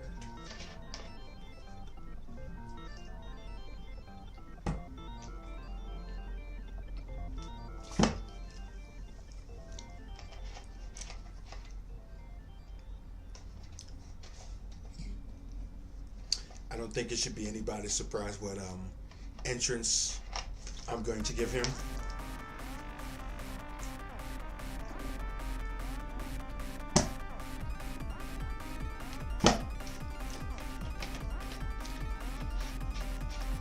At least it shouldn't be anybody's surprise.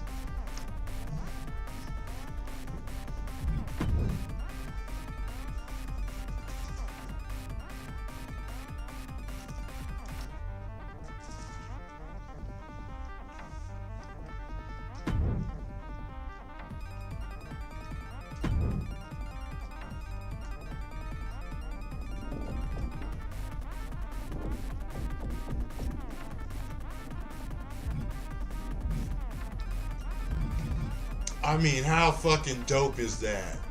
Damn. Damn.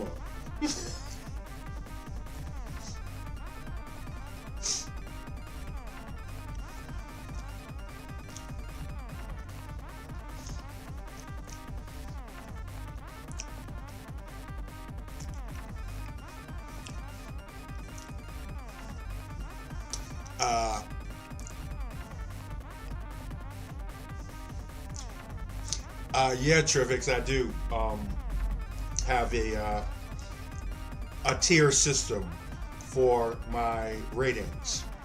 I'll actually show it to you real quick before we get into this. So, the high tier boss characters, as I like to call them, are the ones who are going to have like 93, 96, and such like that. Right now, the highest stats I have on characters is Cyrus and Riot, basically, at 93. Even though I'm gonna push his stats up to like 96 or just go 400 with him because he's Riot. But 93 is like the super babyface or top heel type characters. So Cyrus, I think I have Ulrich at 93. No, he's at 90, but I'm gonna change that to 93. And then everybody else, at least in terms of the men's division, is, excuse me, at 90, basically. I don't think I have anybody under 90. Jason Jones also 93, but yeah. Then as far as the women's division is concerned, 90 is going to be the highest stat I have for anybody. I think I might have Sarah Warfield at 91. Yes. And Tadako at 91. But everybody in the women's division is kind of evenly statted, for lack of a better term, between 90 at the top end and 87 at the low end, basically.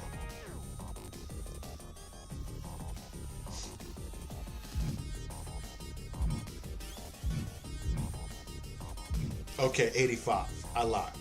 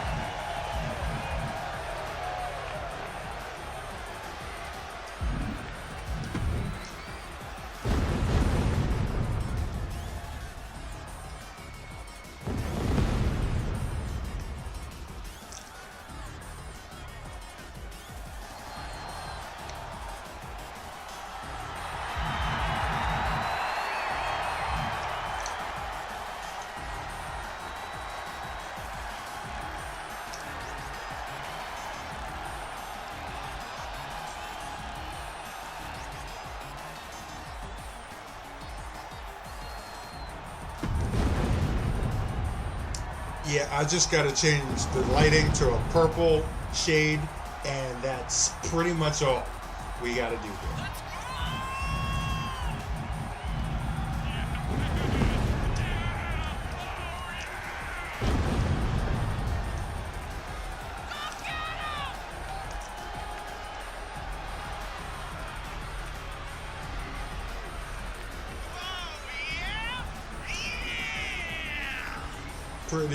Pretty much Trivix. Yeah.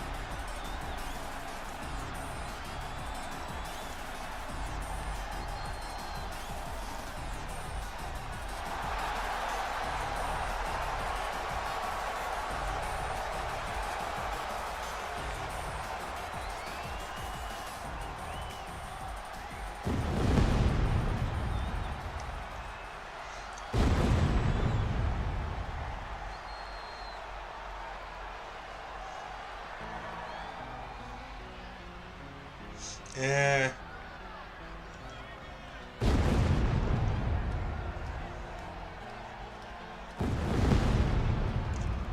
Yeah, Hogan's not even worth talking about, Crow. Like,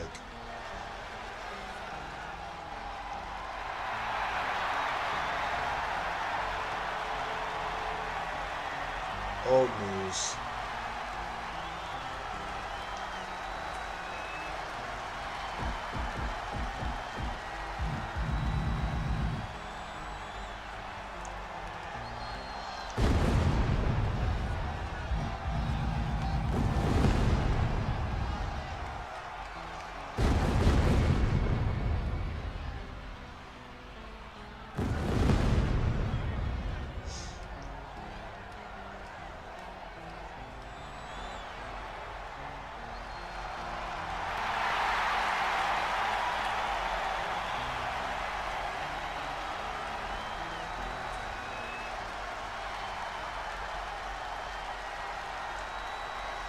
Well, he's got nobody to blame for himself for that.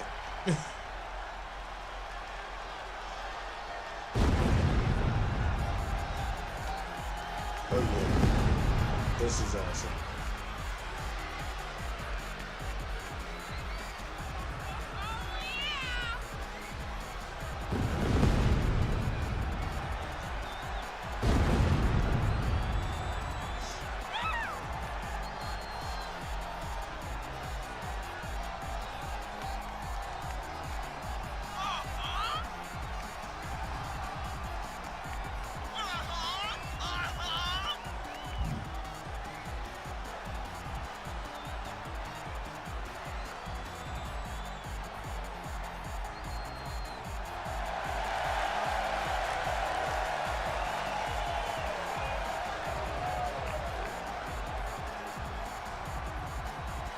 Gotta add some pyro there.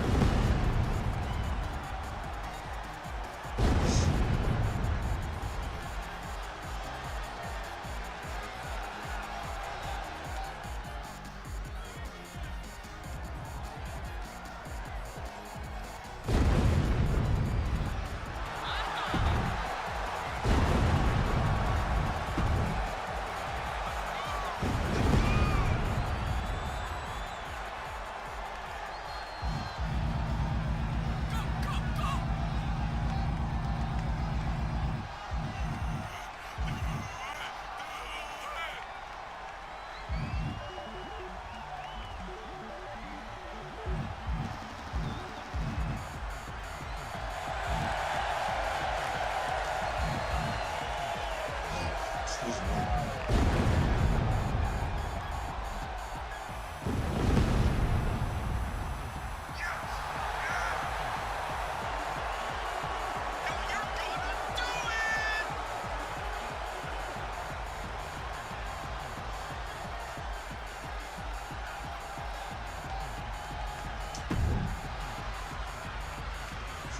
You have to time that the right way.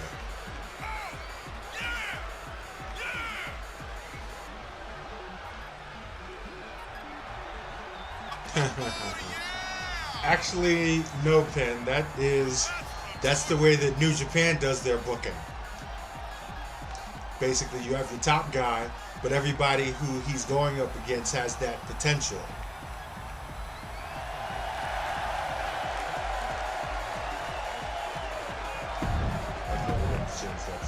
Yes, I see.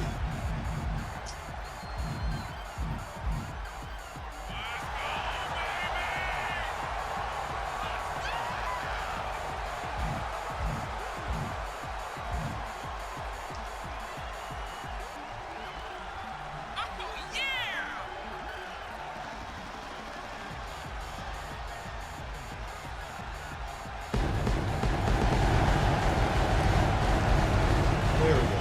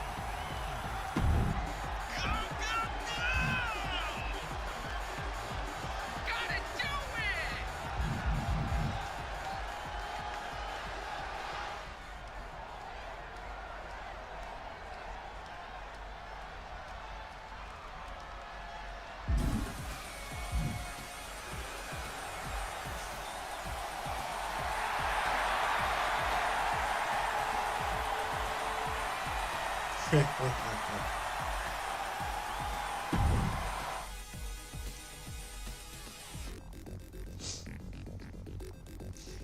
Well, if you do it the Attitude Era way, then you're okay there too.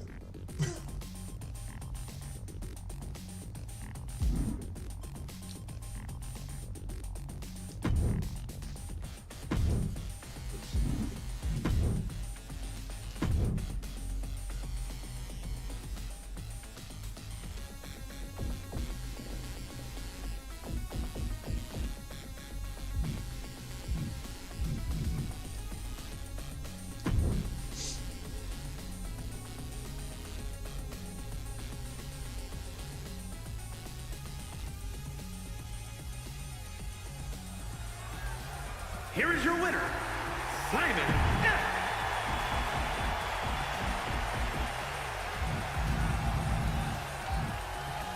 Here is your winner, Simon F.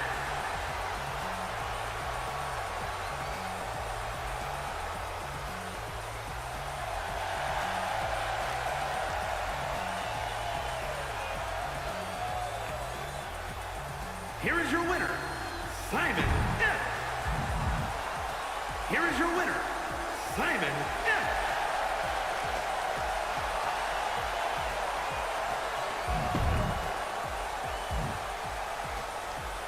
Here is your winner, Simon F. Here is your winner, Simon F.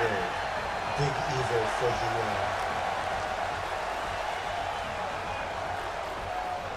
the victory.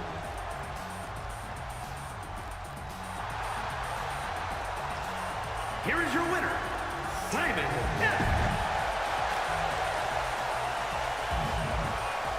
Here is your winner, Simon F.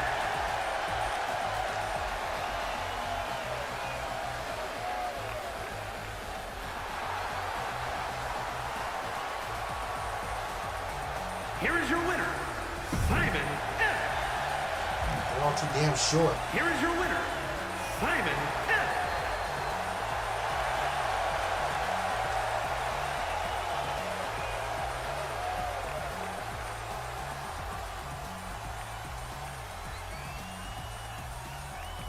We'll go with this one.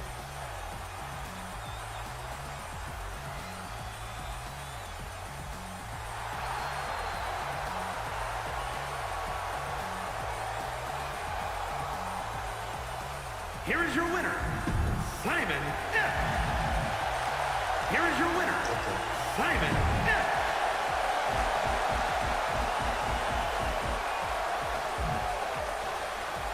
Here is your winner, Simon F.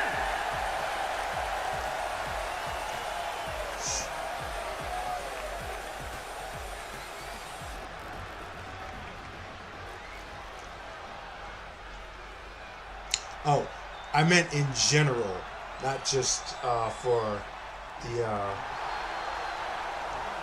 women's Here is division. your winner, Simon F. But for sure,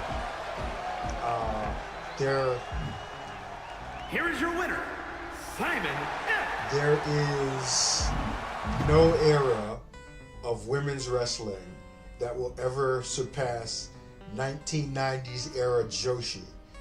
All those companies that you just listed, All Japan, Gaia, Big Japan, yeah, that's the peak, the pinnacle of women's wrestling right there.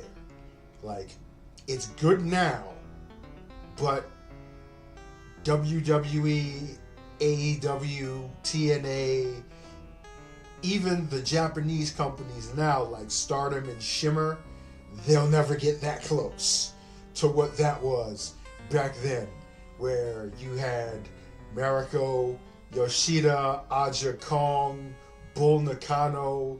Who else was there? I mean, yeah. Akira Hokuto, like they're never reaching that level in modern wrestling, because those ladies tried to kill each other.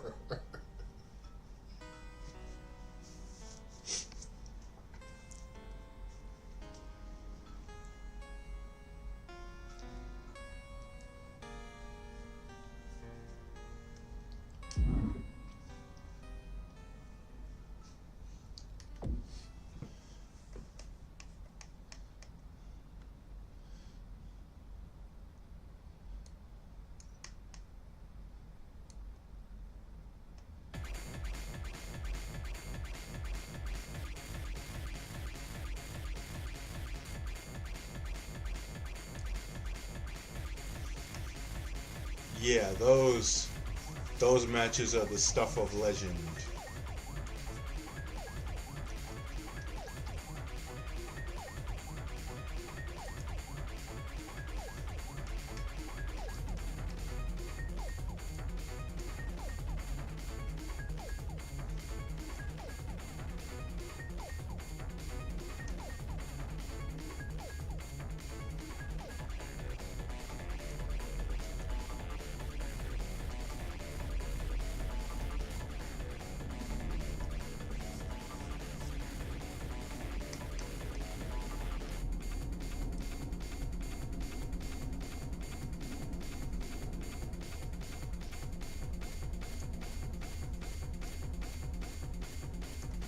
They have a remix of this track.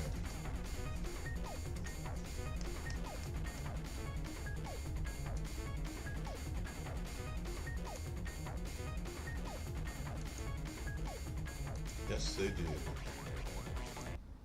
This is my favorite track on this Streets of Rage soundtrack, and this is a remix of it.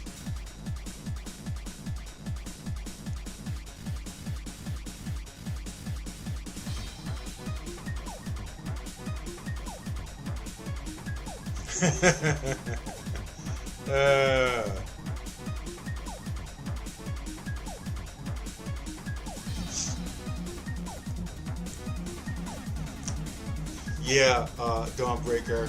That's just like once you've seen the best, you can't watch the rest. Even though I still watch women's wrestling, I love NXT right now. But yeah, that's just it's another level.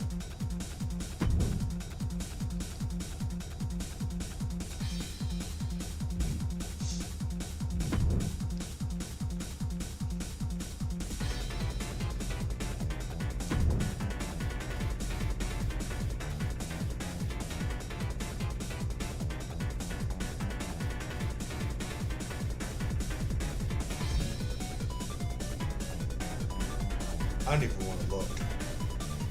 I have to look. Just out of curiosity, I have to look at this.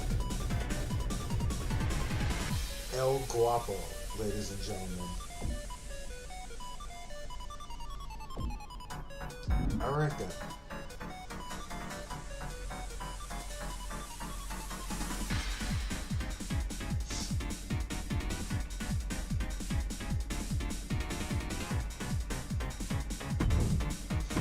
do what we came here to do and look for movesets.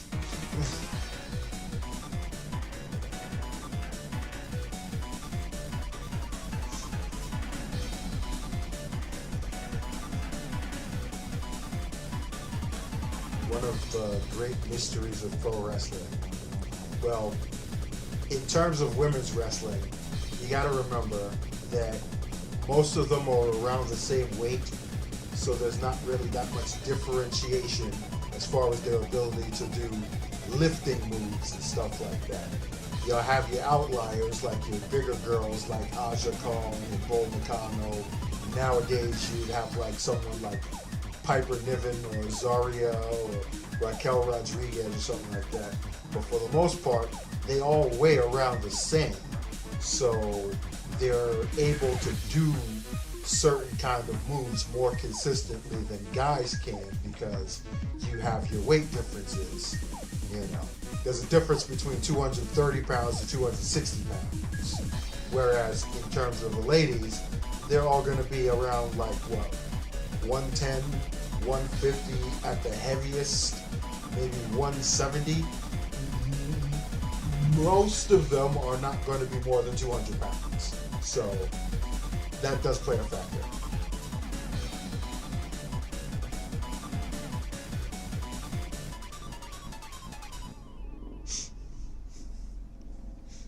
Yeah.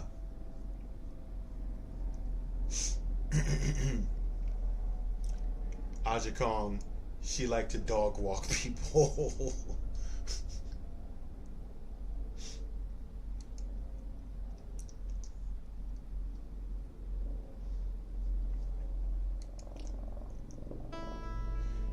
But there's an actual, I attribute that to the fact that Aja Kong was actually half black, so it was literally in her blood, you know, to knock a bitch out.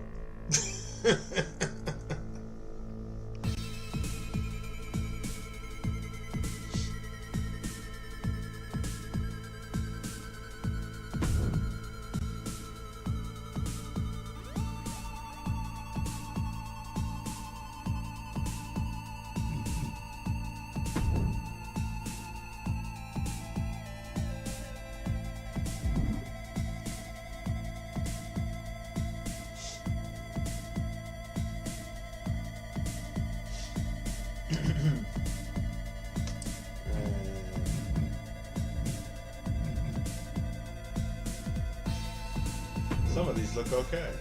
I like the look, anyway.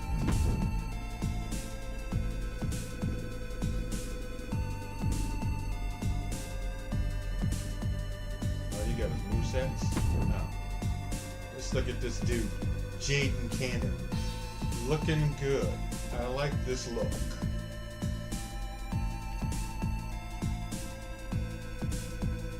He looks good.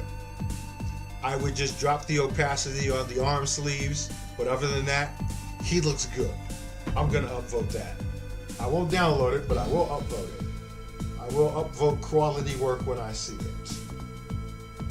I encourage you all to do the same.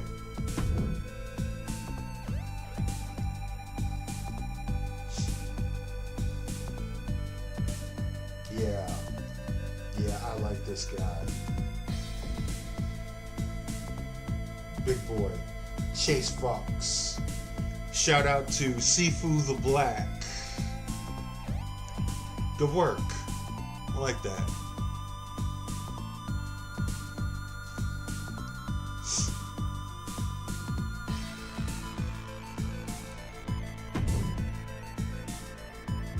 You get an upvote.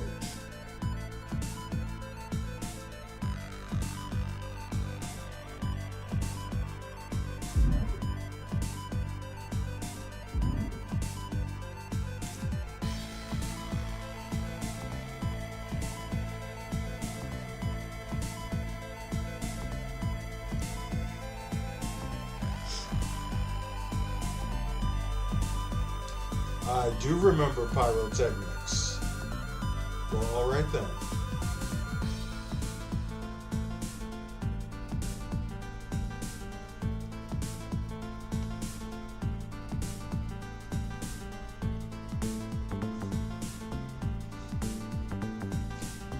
Yeah, Fire Pro is just too deep for me, unfortunately, to get into because I would literally never get anything done.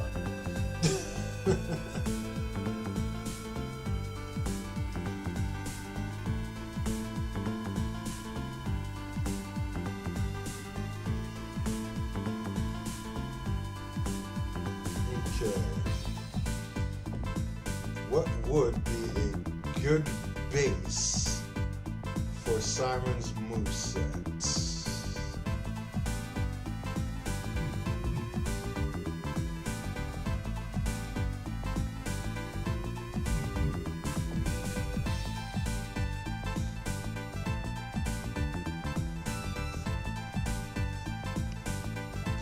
I'm thinking Christopher Daniels myself.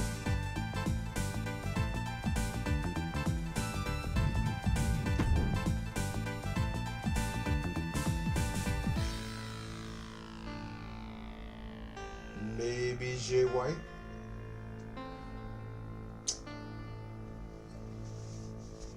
Maybe Malachi. The thing is, Simon's not a martial artist, though.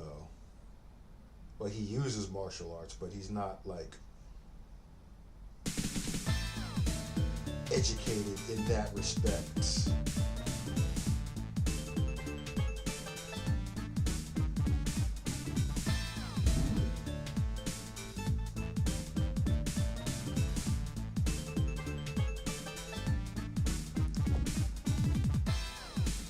But let's take a look. I used Brody King's moveset as the base for Duke Morrow from Katana, actually. I also kind of made Duke Morrow look a little bit more like Brody King as far as like his attire is concerned. So let me see where Malachi is. He's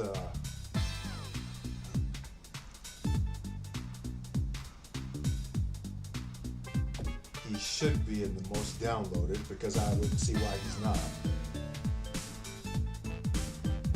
Let's see.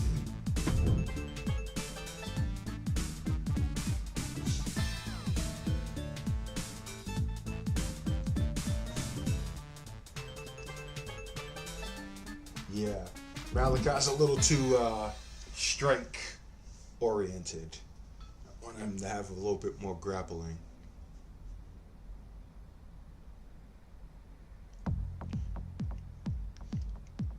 Yeah, I would have to take the time to do that AI logic stuff.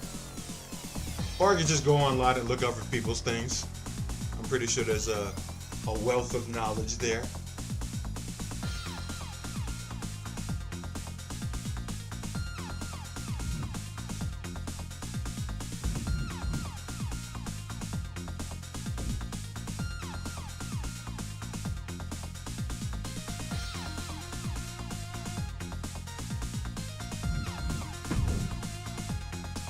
What about classic Sting?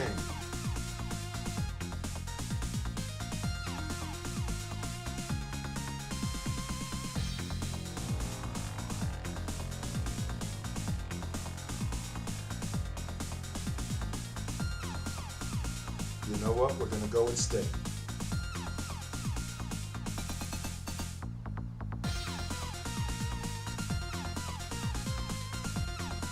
Yeah, we're gonna go with Sting.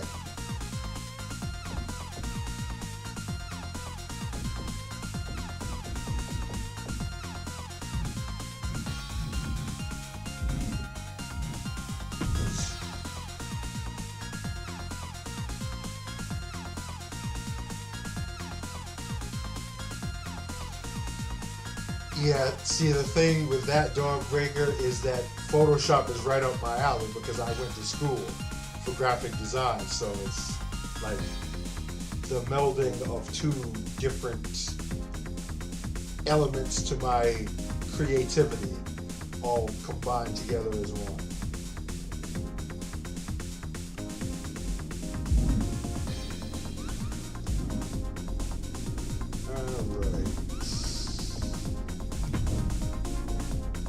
To tweak some moves.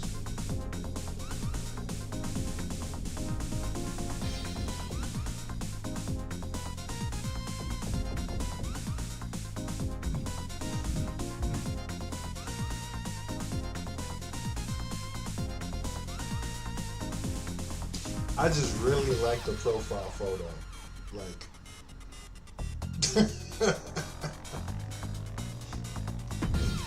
if I was looking for original cause, that's an instant download right there for me. Like, motherfucker's got a big old hat on covering his face. Like, I gotta see what's underneath that.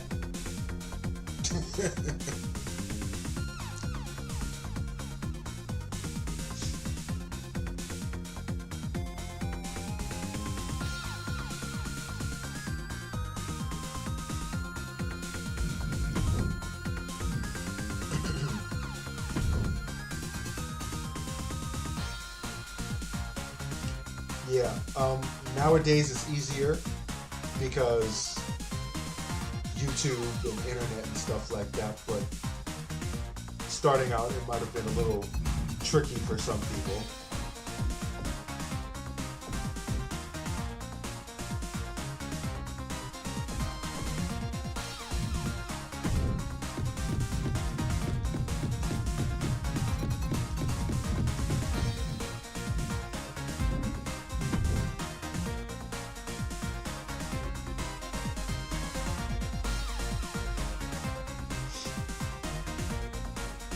Exactly, yeah.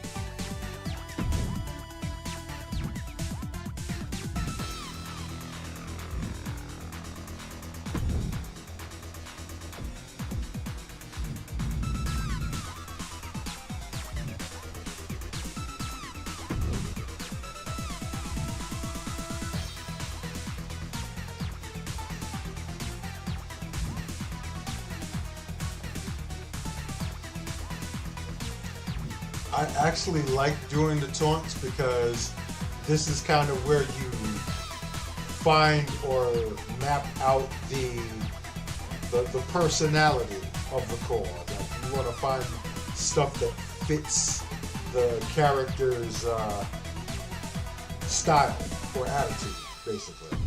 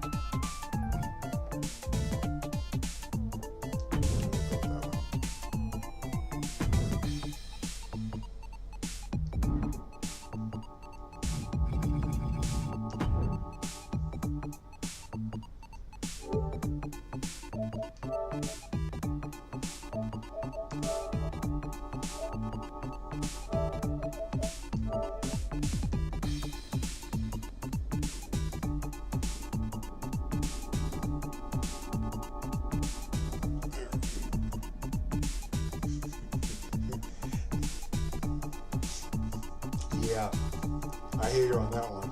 Lots of options is exactly the reason why I can't get into Fire Pro as much as I want to.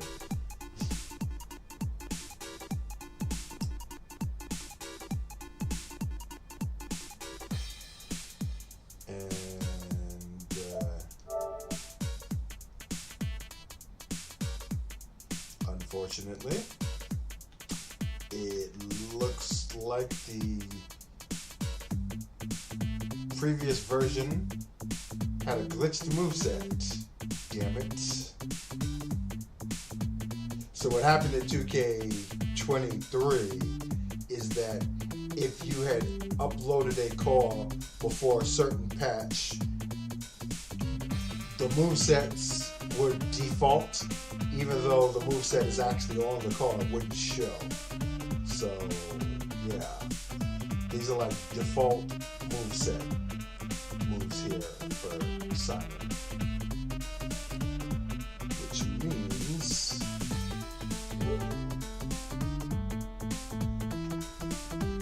I'm gonna have to hope he's got some information on this hard drive for it.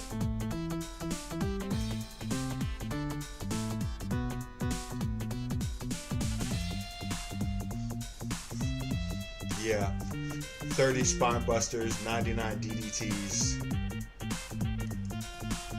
Oh yeah.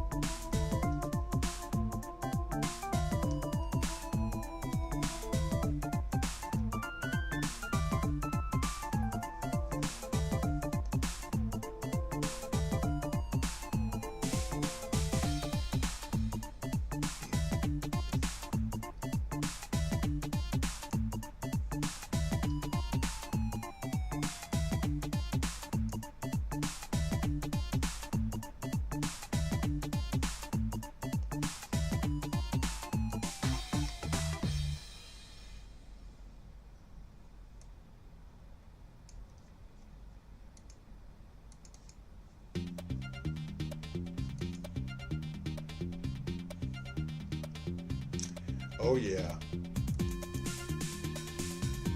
Moves that I wish they would have never taken out of the game.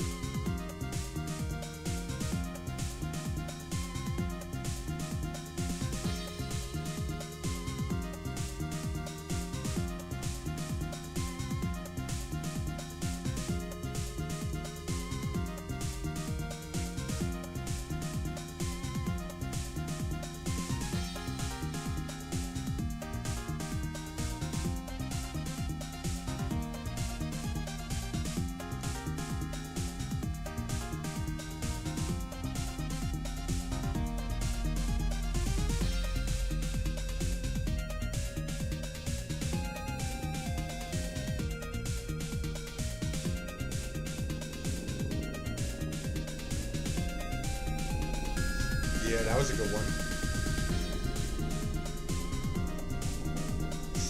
The new version that they have is like softer. It looks safer.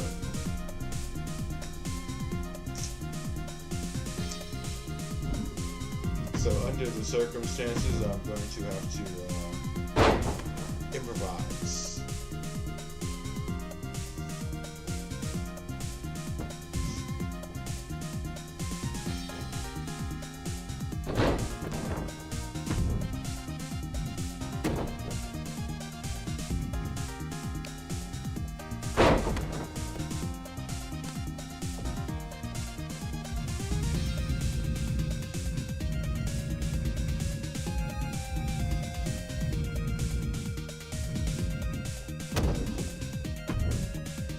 They don't have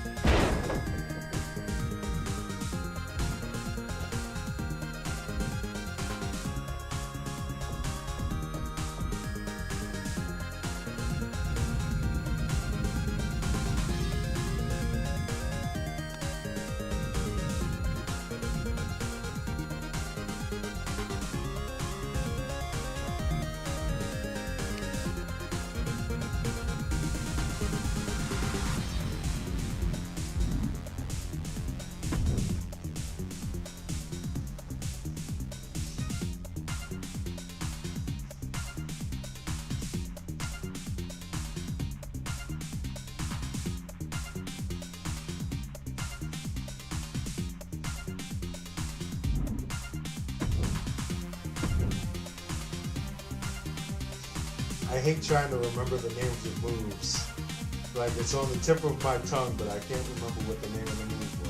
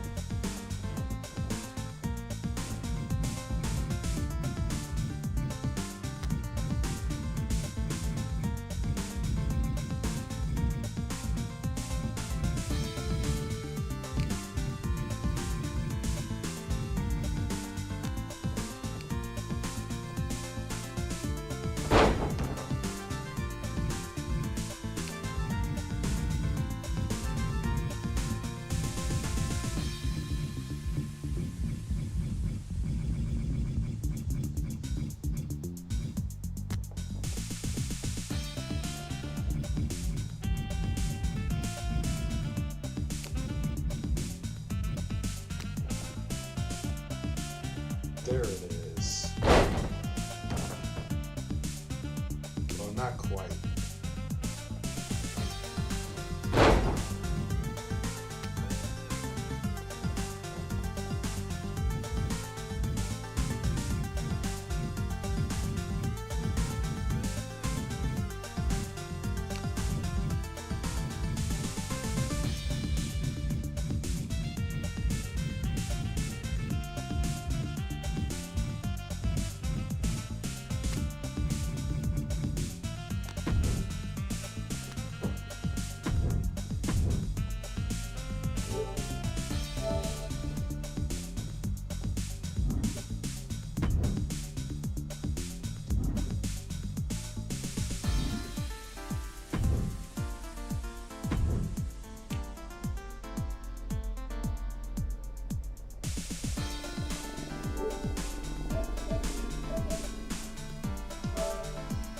So what we're going to have to do is download him from 2K23, I guess.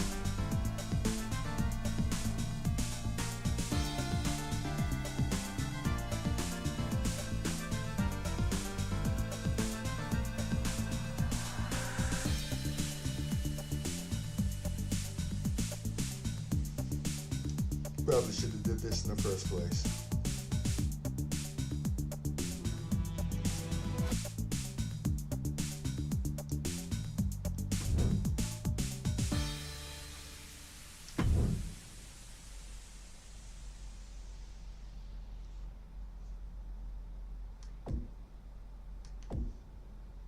Oh wait, I forgot. You can't download them anymore. They turned off the servers. Oh fuck. Well.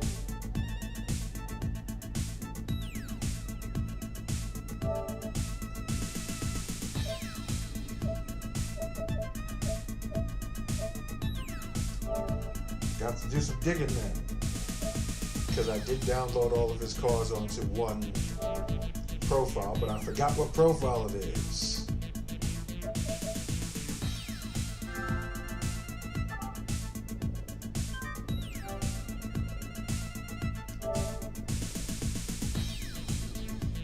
I don't think it was this one. We'll find out.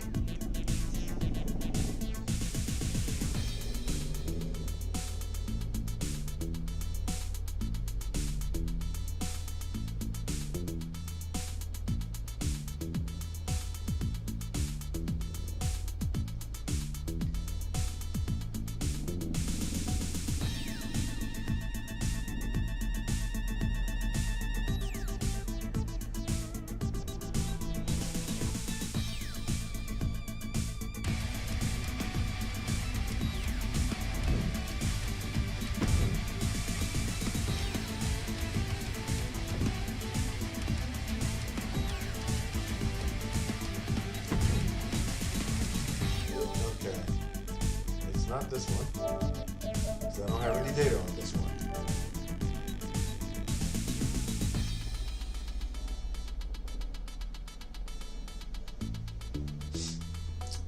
Okay.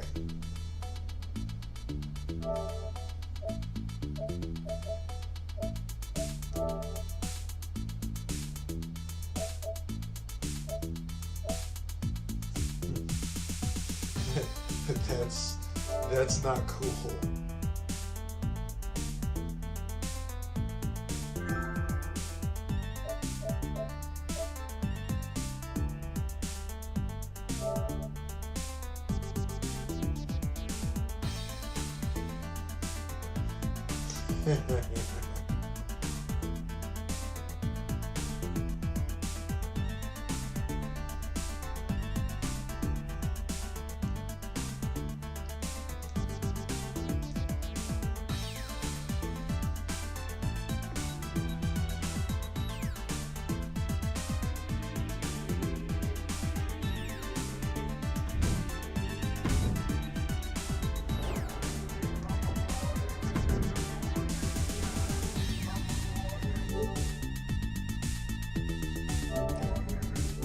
Process of elimination, I guess.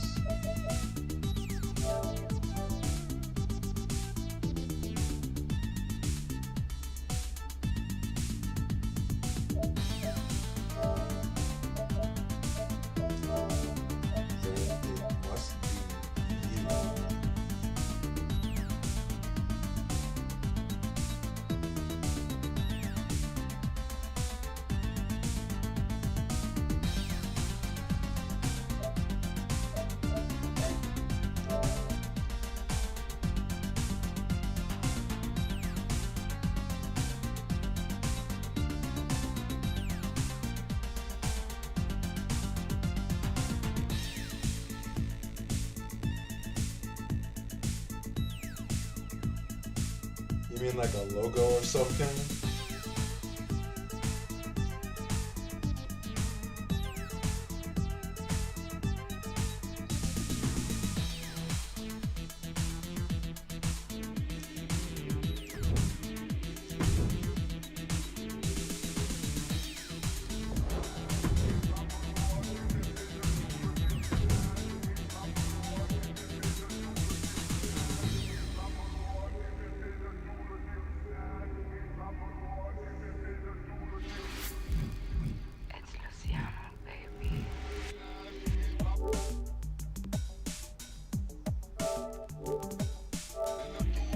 This is the profile, but let me turn the music off before they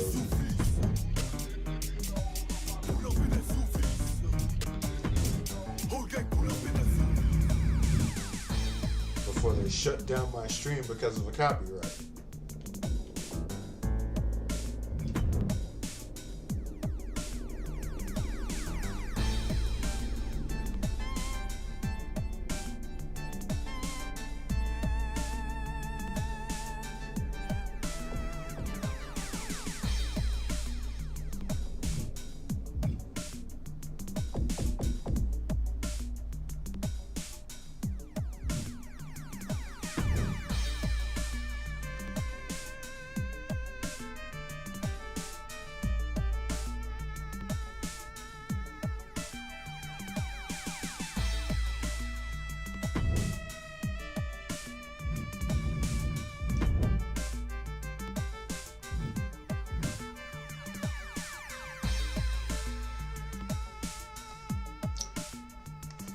Okay, signatures, half and half suplex, and the half and half suplex, we're gonna give him more of those.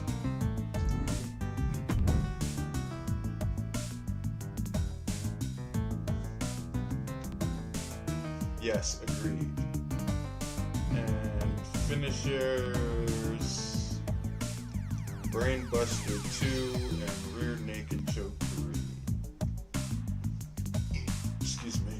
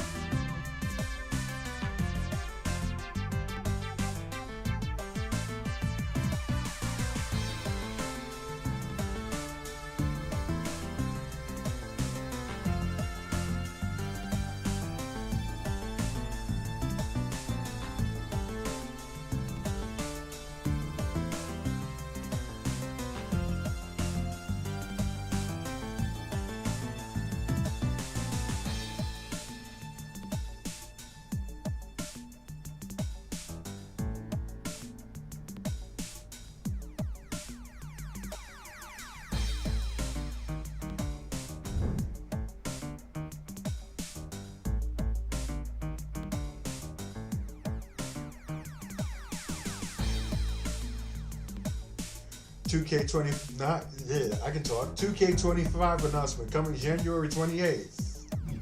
Just so you know. Bigger, bolder, and better than ever in a breakthrough year for the franchise. And said that last year.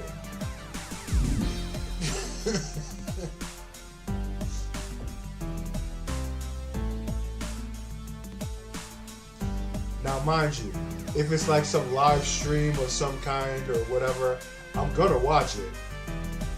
Just at least to see. But, yeah, temper your expectations.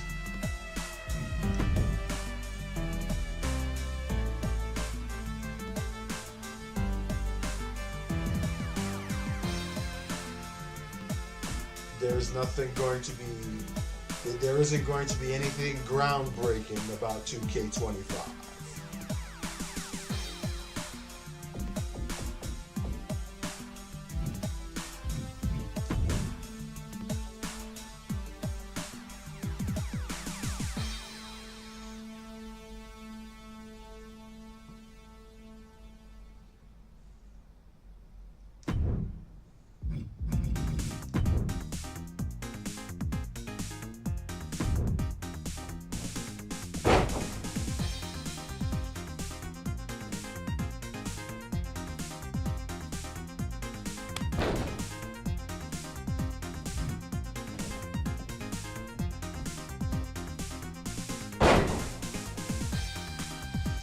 Yeah, those aren't working for me.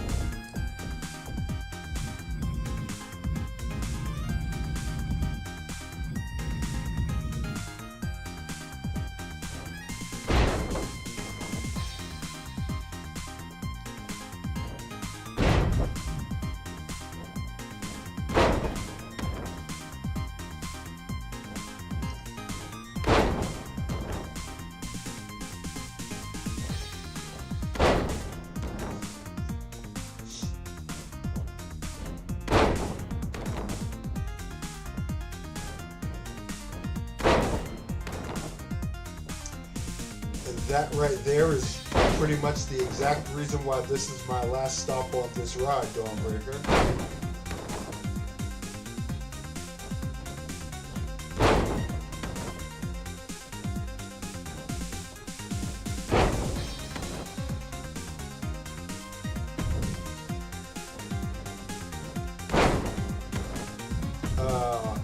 Yeah, in real life I like the package pile driver crow. Not in the game though. In the game it looks too soft.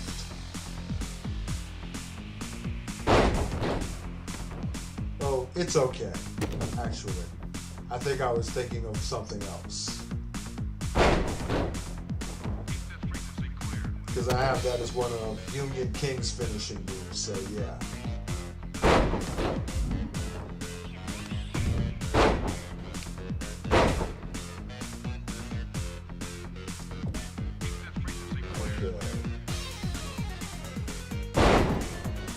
Is going to require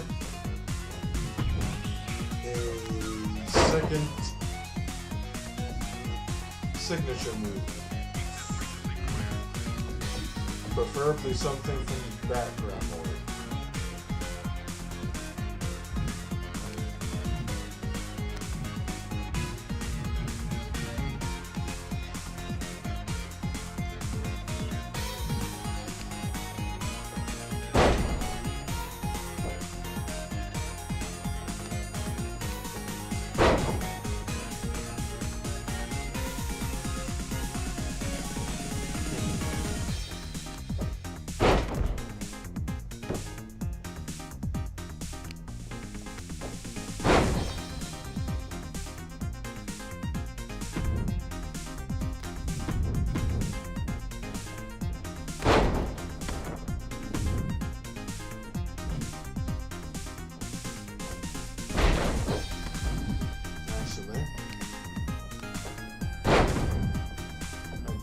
Variations of this because one's from the front, one's from the back.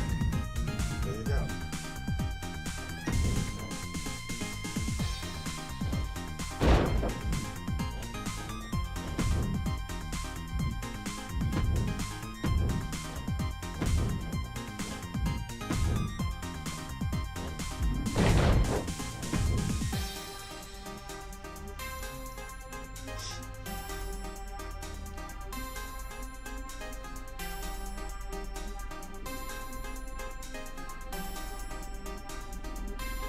Yeah, I don't mind the creating. The problem is doing it every year. It's time consuming.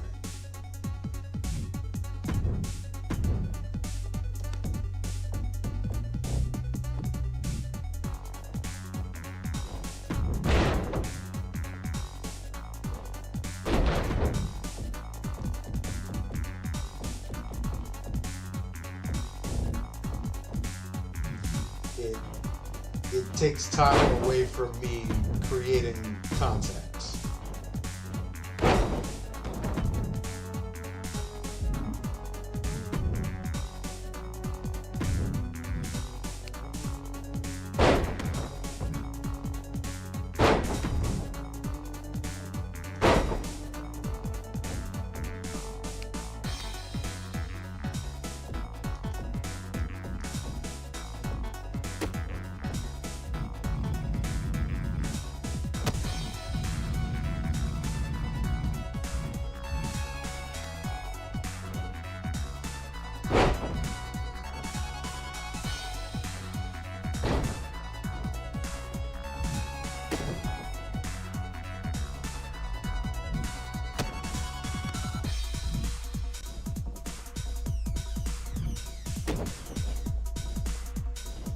I forgot which investor it was. Short-term memory. Hold on.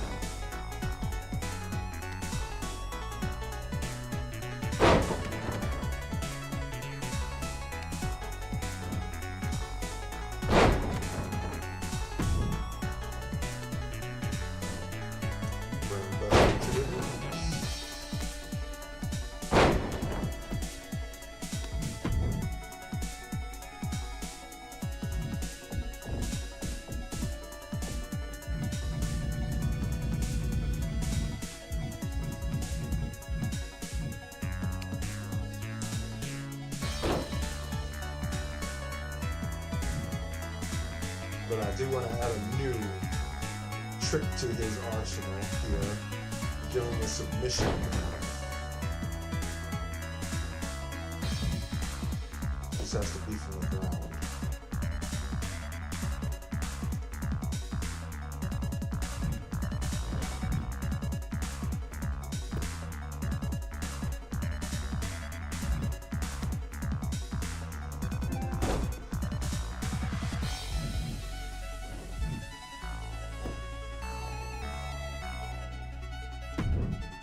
We shall call it the Crow's Nest.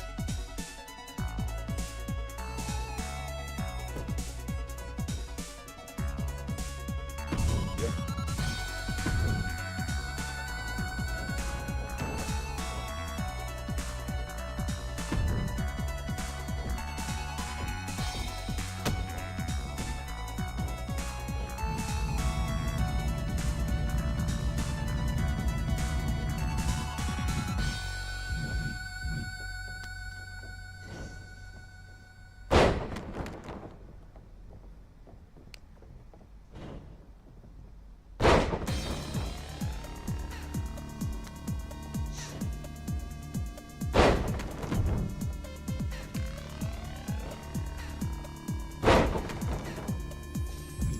Well, it doesn't help the fact that there are actually a lot of good games out right now, and more games coming out too that are competing for your time.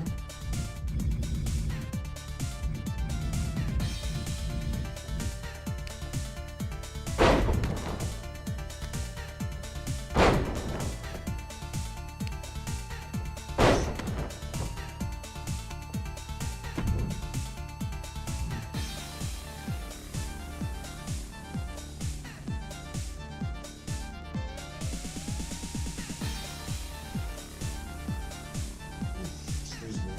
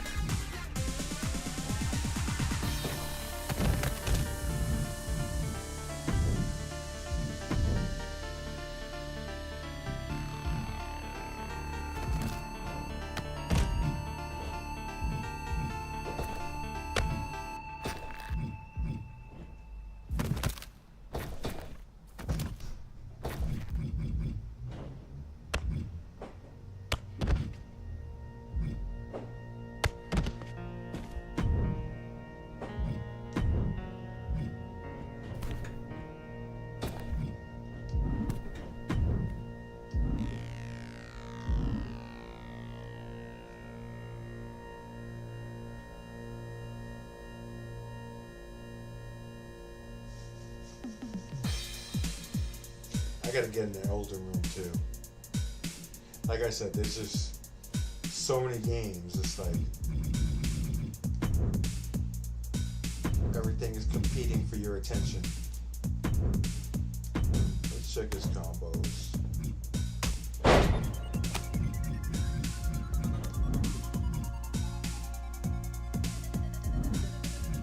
Combos look good to me.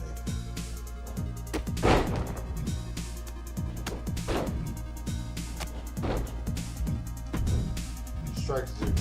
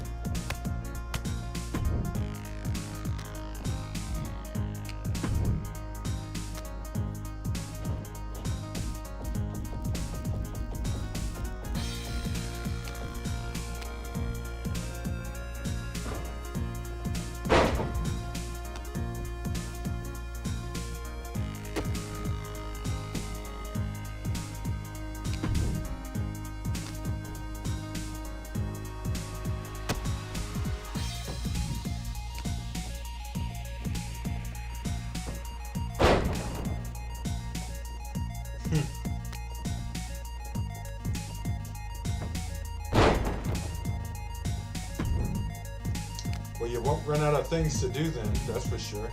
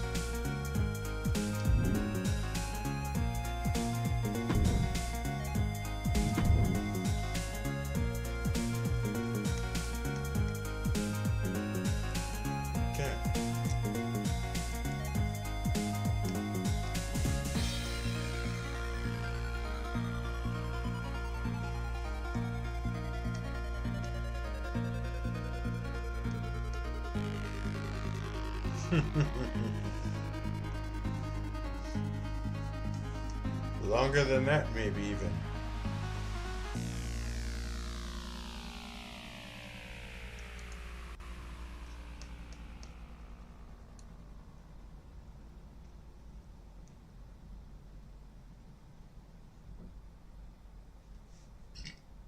Excuse me.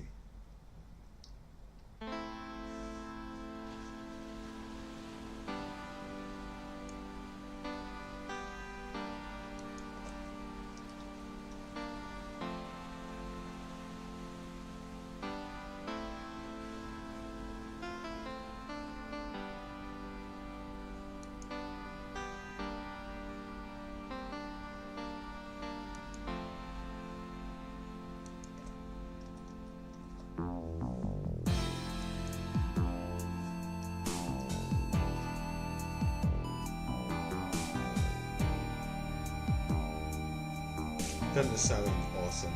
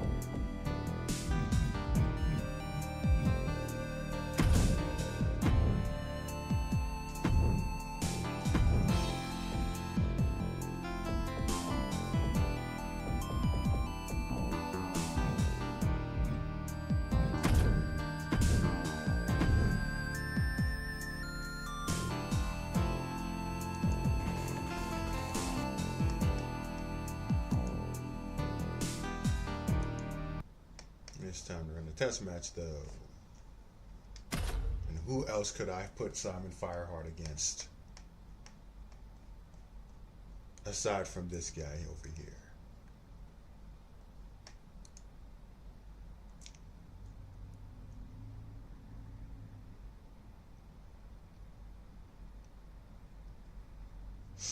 Oh, that's a remix of the good ending from Streets of Rage 1 pen.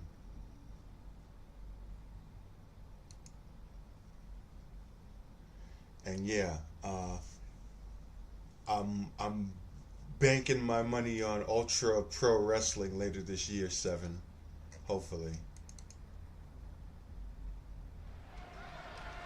It does what it needs to do.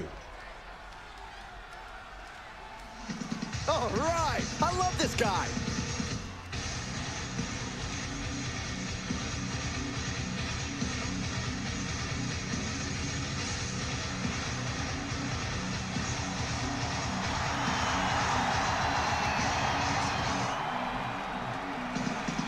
The following contest is scheduled for one fall.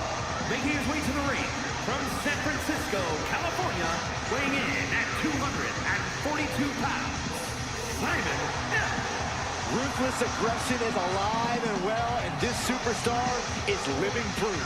Ruthless aggression is overrated, Saxton. Whatever happened to being ruthful? How come nobody ever uses that word anymore?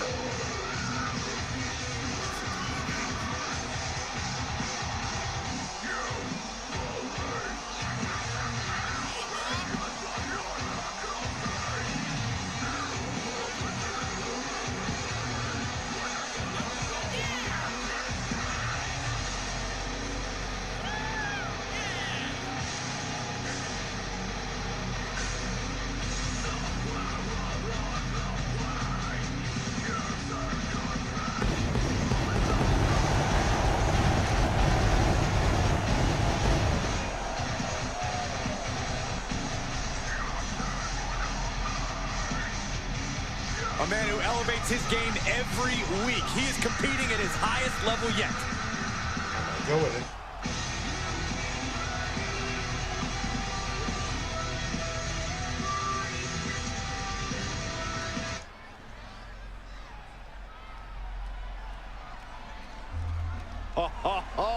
Are you guys ready? Who else has goosebumps right now?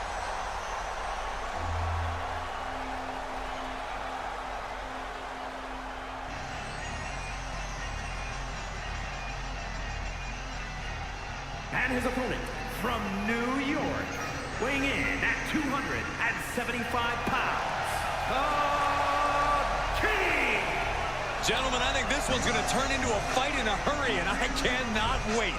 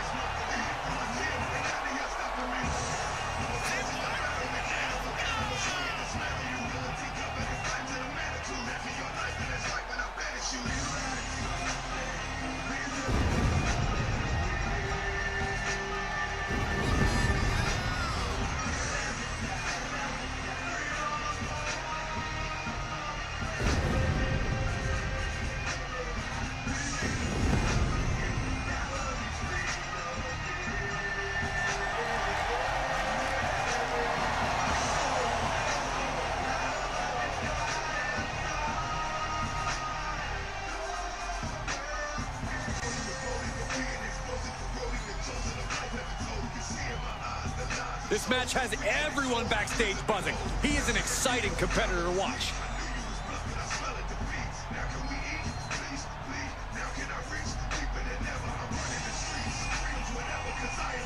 Agreed.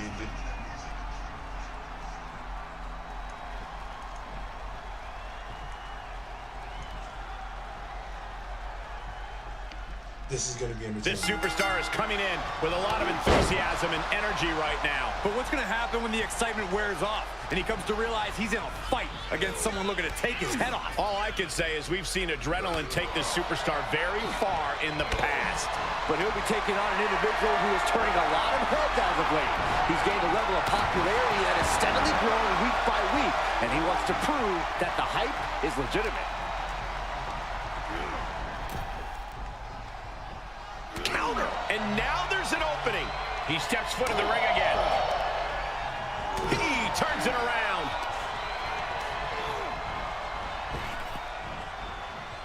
Right by the clothesline out of nowhere. Ooh, and a reversal. There's going to be a lot of that back and forth. Beautiful takedown into the... All the pressure on the left knee. He's trying to fire. He's trying to break out and does it.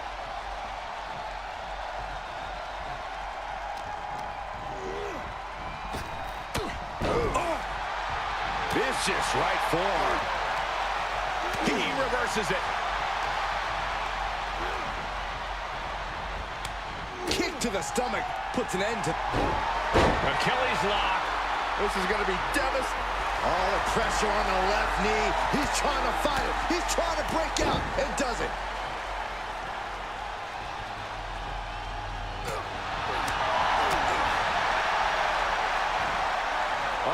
It's the red, white, and blue Thunder Bomb. What goes up must come down, and it sure as hell did right there. Into a flapjack. Impressive. And he wants nothing to do with any of that. He'll head to the ring.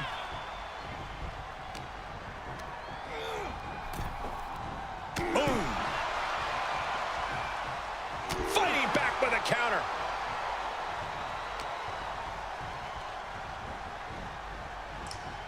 Yeah, there's two characters that I've had that have had absolutely Continuing to perfect attack theme the songs neck that I've managed to find across for the them. top rope.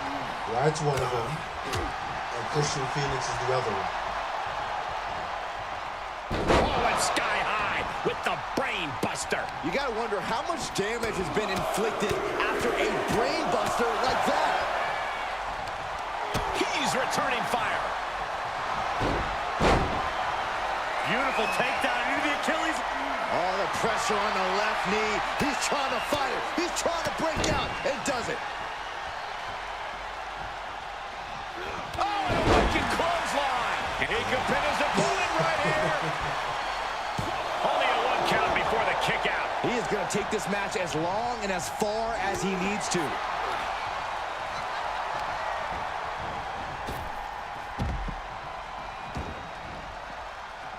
Heads outside, but this one has to end in the ring.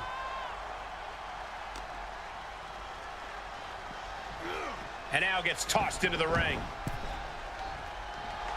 He has been here before, and he knows what he needs to do. I'm not going to change that tune. And he sends him into the corner. He's certainly looking in command at the moment. Just a steady dose of punishment on display. Wait. Fending off a 2 count there. Easy kick out there, but they'll get harder soon. Going over. Nice DDT.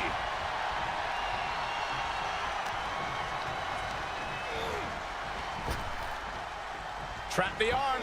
Neck breaker. So smooth. Continuing to work on the arm with a... Driving a knee into the arm. Able to give him the slip. Oh, and that buys some time. Ooh. That was a nice spot right there. Foot just stomping down. An agile escape. Oh, saw what was coming and answers with the clothesline. Oh, my goodness. That was a hell of a maneuver there, guys. You could feel the resentment building with each stomp there. He's positioning himself, closing in. Take off. Good Lord. Taking flight. They got all of that.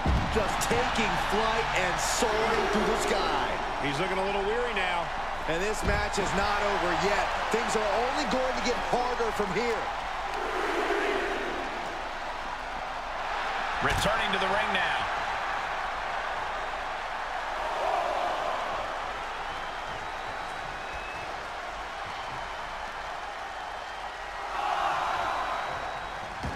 back in the ring, bro. Taking a trip outside, but he's got to be mindful of the count. Okay, he's re-entering the ring. Trap him. Look at him totally vibing with the WWE Universe right now.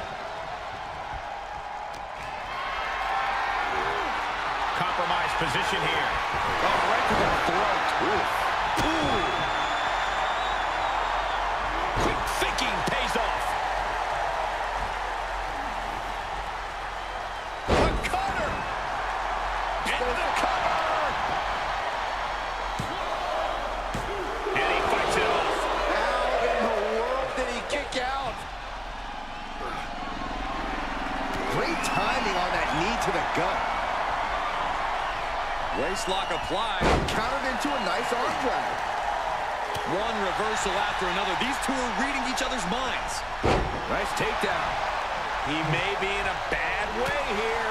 At this stage of the match, they are clearly starting to feel the effects of this back and forth. Flatliner.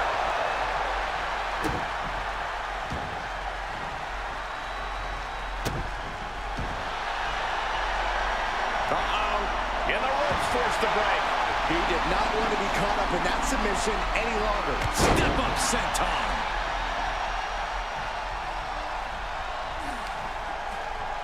On a stop. What the lantern? Oh, nothing fancy there.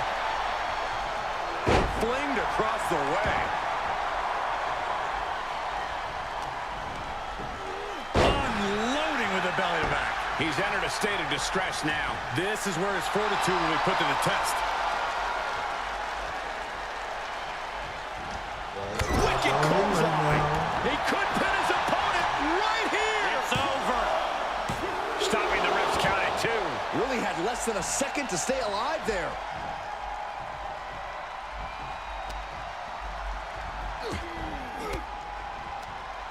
Using the elbow to escape the attack. Defenses are sharp in this series of reversals.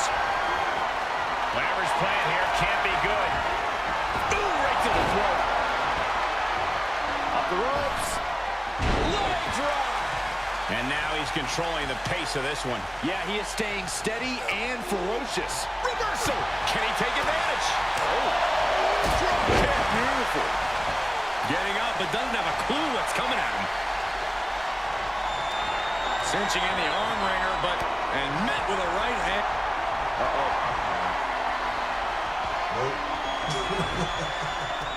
Nope. They reversed each other's finishes. Wow. Now we start from 0. These men are looking battered and bruised. You have to believe the end is near. Bruised but not broken. This one is going as long as there's breath in their lungs. Looks like they're looking for a clover leaf. Oh, into a backbreaker. Painful. Why not do it again? Backbreaker. Good grief. And the damage is just going to keep on coming if you can't find the defense for this.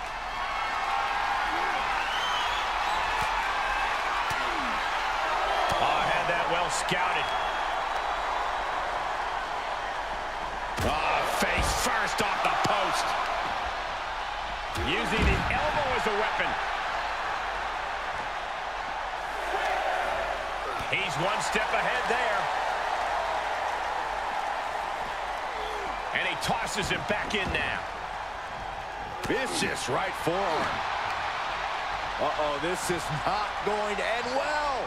Crash land. This could do it. Kicks out. How?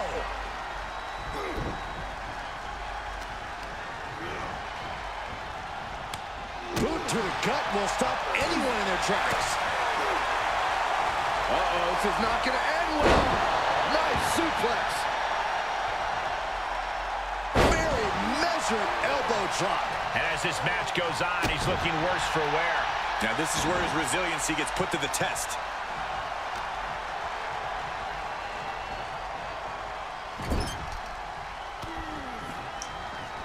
Saw that one coming, took advantage. He takes control. great minds thinking alike. Sequence of reversals here. Both superstars clearly studied game tape ahead of time. Cinching in the triangle. Locked in. What he Needs to find a way out of the triangle. The left hands will do it. He's free.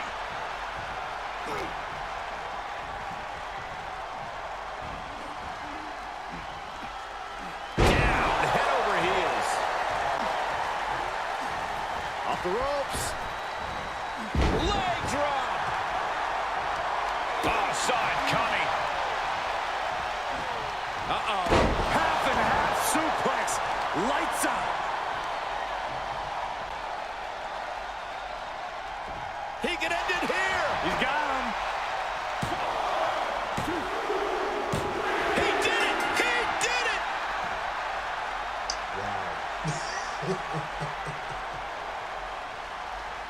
Here is your winner, Simon F. Unquestionably a big That win was here intense. tonight. This is a victory you can truly be proud of. A victory earned through sheer tenacity and force of will.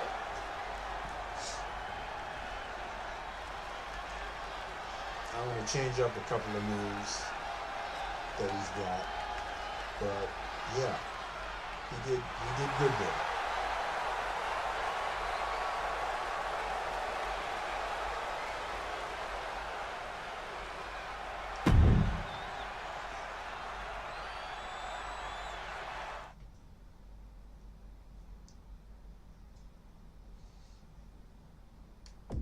I also got to change something in his entrance.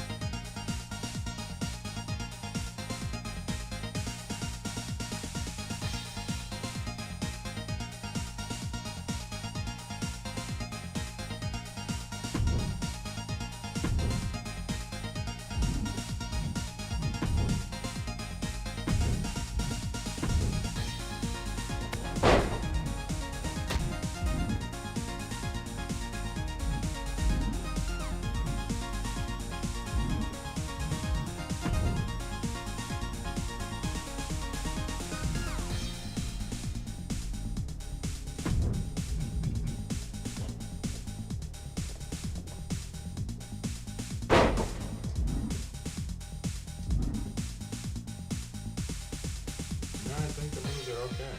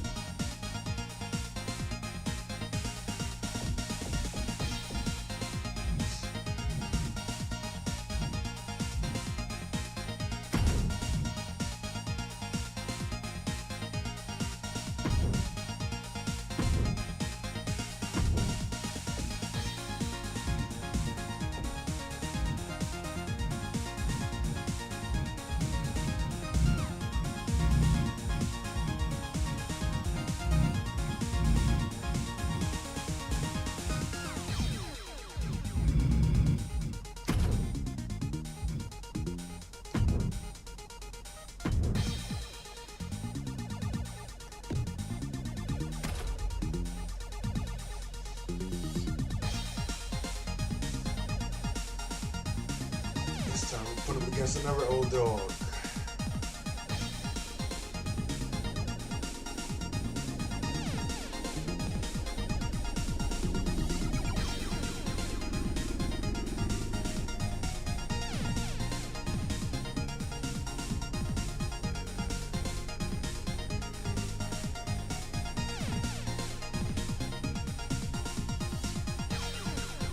Some have called this superstar a bit too intense, and as we can already see from the look in his eyes, there's a reason why. In this business, intensity often breeds success, and he is well aware of that. He's hoping that focus and drive really prepare him to success. Coming into this fight, his opponent's been boasting a new, more aggressive attitude. We'll have to see if that new approach will produce any dividend. Just one step ahead.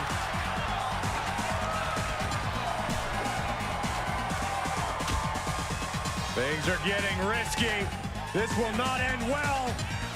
Nasty. The hardest part of the ring. You don't aim for the apron unless you're looking to do some serious damage. Just mocking their opponent right now. Total disrespect. I don't know if there's any ounce of professionalism in an attack like that. Oh, pressing their foot right into the gut. That's got to hurt.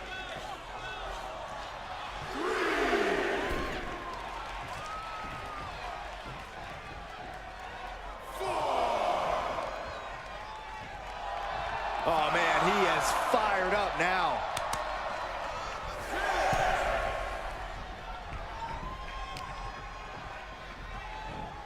Looking for the front waist lock. But able to block into an arm drag.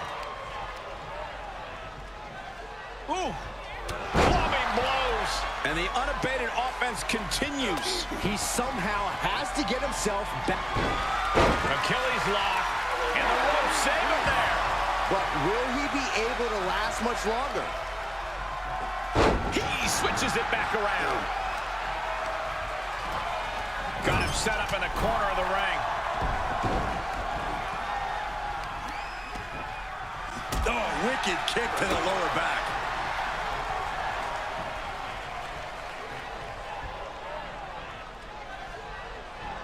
Turning the tables there.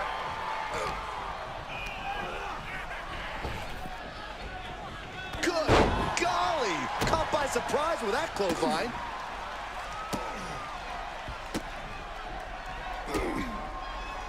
Just mocking their opponent right now. Total disrespect. Making a mockery of your opponent could eventually backfire. Yeah, Oh, elbow right Magnus to the Jensen do bread that, basket for their troubles. Definitely don't count Simon out. Unless, of course, the AI does something. And a sleeper suplex. Shoulders down. Kick out at one. That's still a quick kick out at this point. Big back body drop. Because You see that was right trying to on beat that? him up Fist in the directly to the match, gut. but he still managed to win that one. Maybe. We see some offense here. Knife edge chop.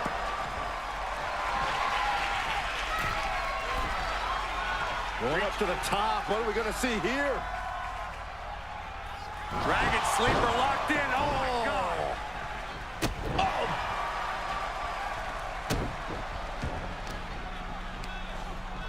He saw it coming, taking advantage.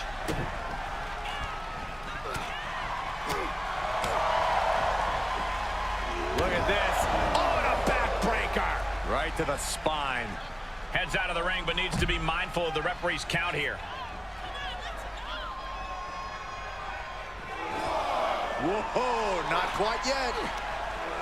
Counters that. Oh, pressing their foot right into the gut. That's got to hurt.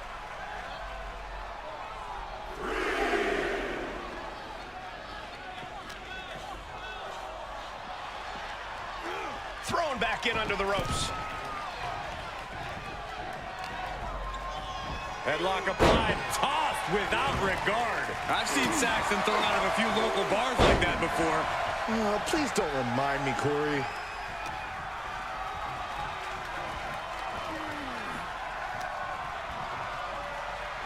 All the way up. Done good! Great wherewithal on the counter. What grace. Float over the DDT. Fight. Situational aware. Achilles lock. Picks the leg into the... All the pressure on the left knee. He's trying to fight it. He's trying to break out and does it. Able to get out of the way.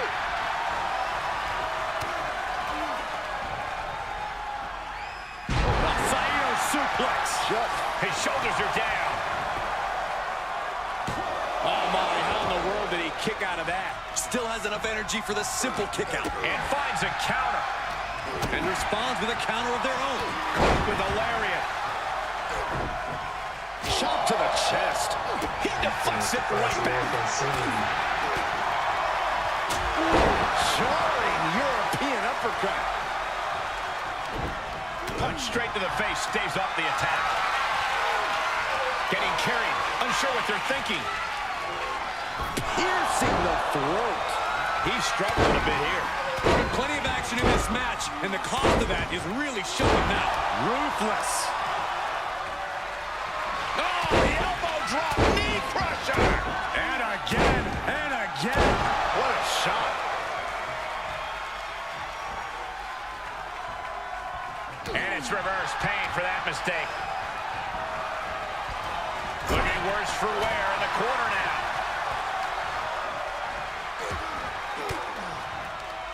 Fends off the attack with an elbow.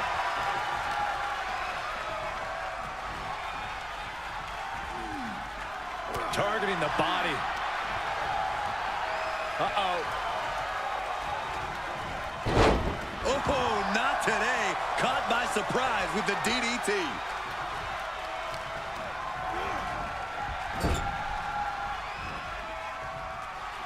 And that's what we call the tree of woe position, folks. He's got that boot right up against his face. Come on. Looking for a high-risk move. Soaring all the way to the outside. Soaring through the sky and crashing onto their opponent.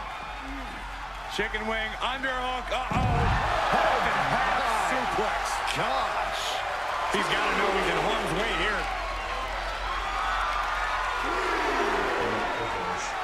Makes him pay with a counter.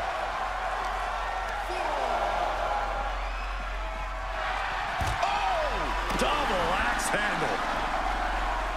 We are seeing the will to win from these men. Not an ounce of quit in them. The struggle to gain power has switched hands multiple times. It's been a seesaw battle at times.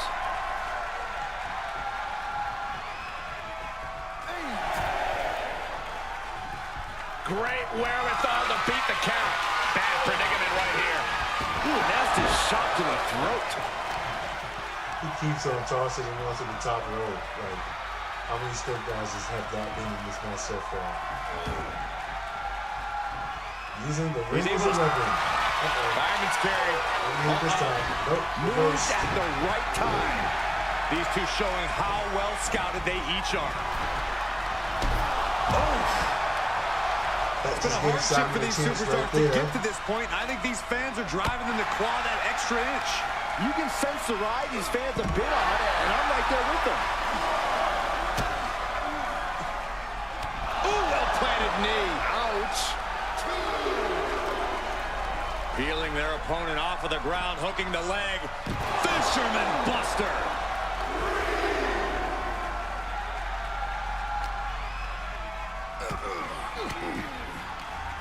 Forks the move by throwing an elbow into the midsection.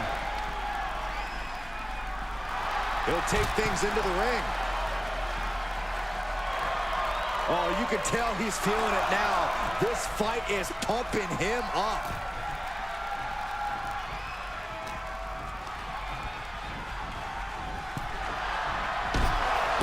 Looks like he has the upper hand now. It's obvious to see how focused he is now.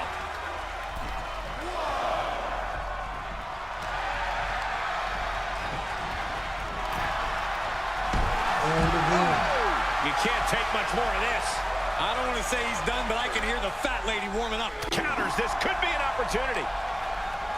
Headlock applied, tossed without regard. Uh-oh. Quick thinking to unleash the clothesline. Oh, look at the well-placed elbow right on the mark. him with the counter.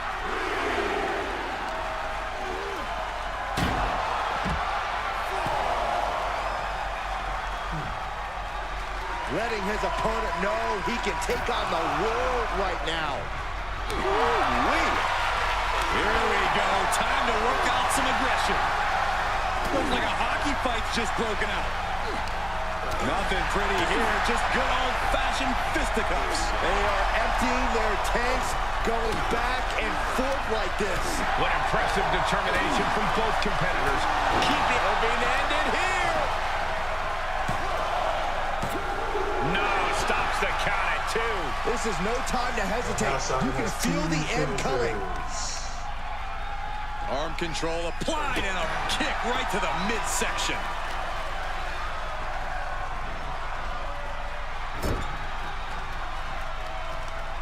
Uh-oh. Face first.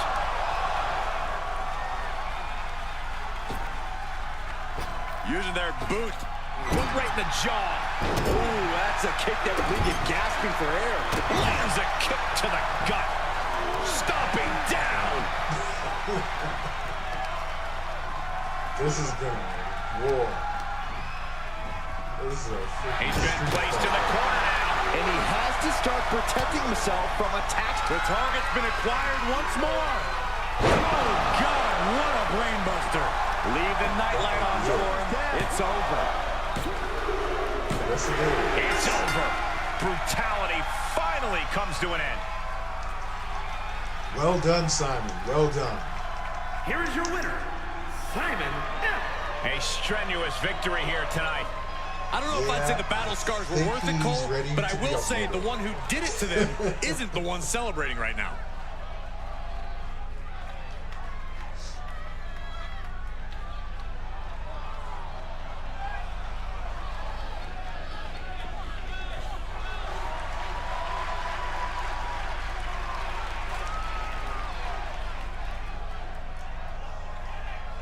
That was impressive.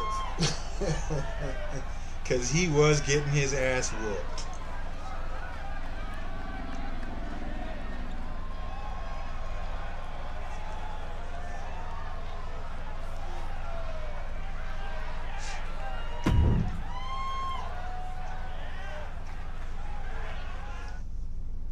Yeah, he's living up to the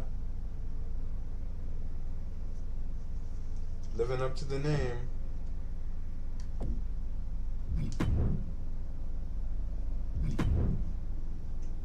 Alright then. I think it's safe to say that we can add him to the collection.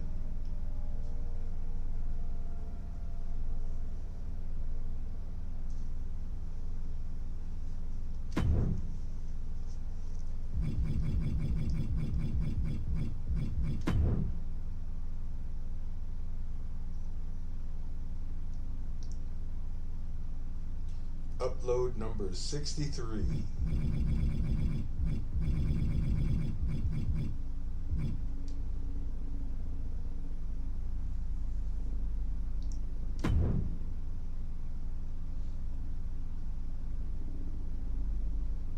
And yeah, you're gonna need, stuff. But you should already have this stuff unlocked by now, and if you don't, shame on you.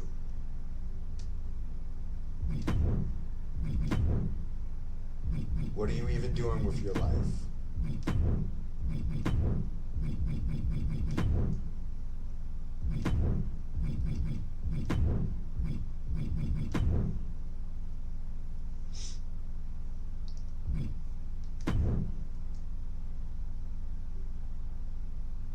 Yeah, that was some match. Imani, I tend to get a lot of those kind of matches with my settings. A lot of counters and stuff like that. Back and forth is very nice.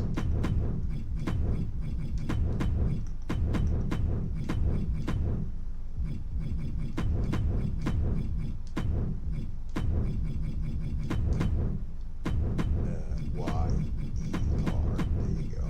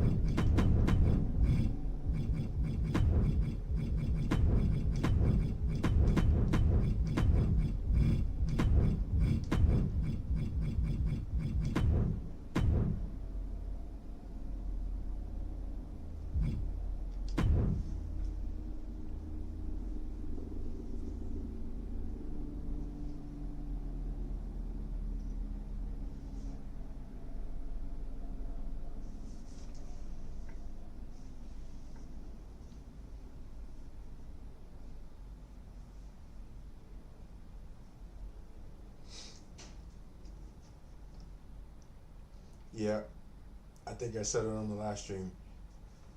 The last stream that I had done, the one thing I can say is the gameplay in this is great. Aside from the combo system, all that freaking button mashing. But my issue has never been with the gameplay. Well, not lately.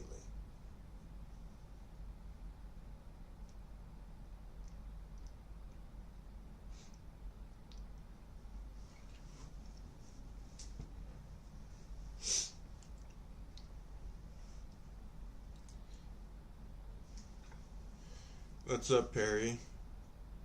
I was just about to actually call it a night because it's been another 4-hour session, but we did create and upload this guy right here,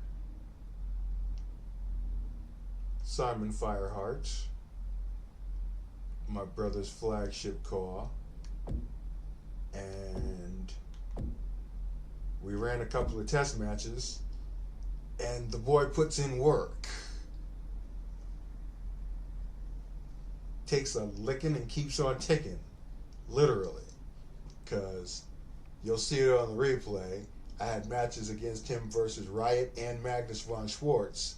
He's getting his ass kicked for the first part of the match, but manages to come back and win both times. So, yeah. Moveset approved. Fighting AI and style approved. He will definitely do some special things in your game. And yeah, just the way I got him looking is pretty damn nice. So, yeah.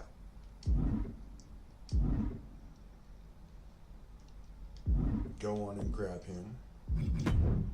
I'll give one last look before I close off the stream, just to give a more close-up view of the final finished product.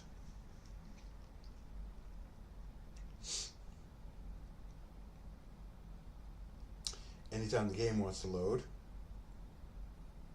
There you go. Good job.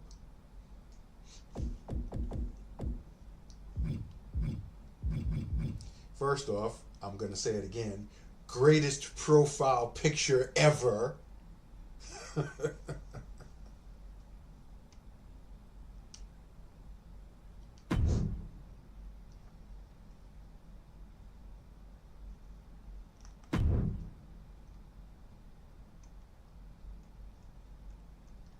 But yeah,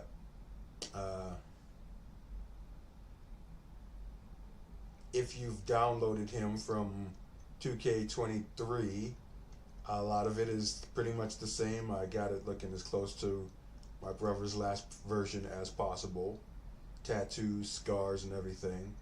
I took a creative decision to age him down a bit, because my brother's version had him looking somewhere in between 60 to 70 years old, and he's actually kind of in the same range as Riot and Magnus von Schwartz, who are my two oldest characters. So I kind of aged him down to be closer in appearance to them. So he's got a full head of hair again, still got the beard, little more of a Viking type of look. Kind of more like a Targaryen type of look, though, from Game of Thrones. I think I'm going to carry that on to the other Firehearts that I am going to create as well. Give them that Targaryen type vibe. Then the ring gear, I went with long tights instead of the pants.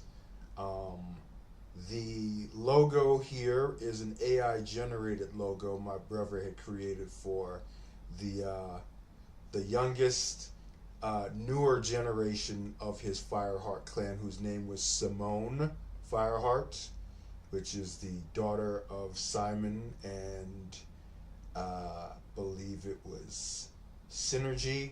It was another one of his creations.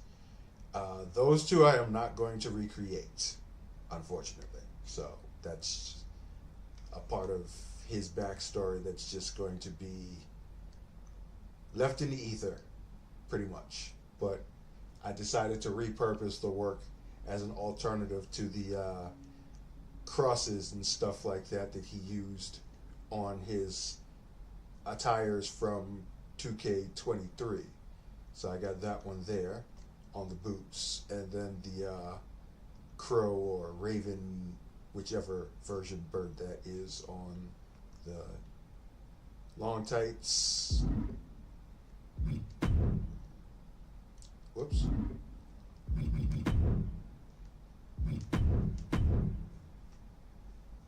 Then for the entrance gear, we just basically took Damian Priest's entrance coat and put that skull cross logo on the back. Gave him the big old Shawn Michaels cowboy hat, which is the highlight of the look right there. I'm thinking maybe I could have put the logo on the hat, but no, there's no need. Just solid black. It works. It's perfect.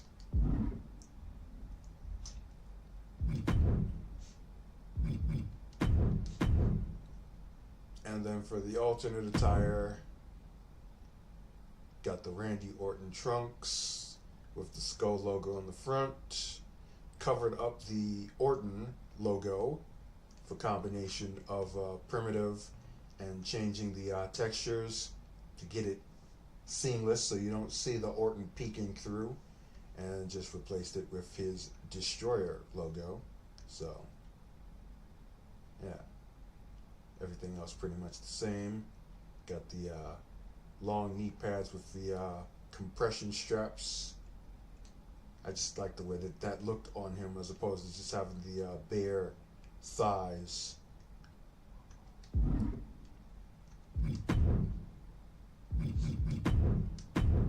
And then the entrance attire for number 2 is the Sting coat with the Raven logo on the back as opposed to the skull, and the same Shawn Michaels hat there. Simple, but still looks good.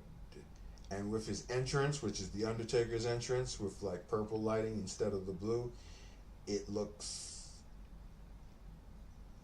fantastic.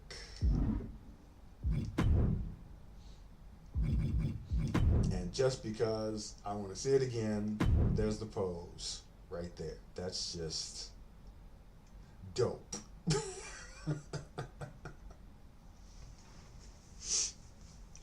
That is a look of a bad motherfucker that you do not want to have walking in your direction.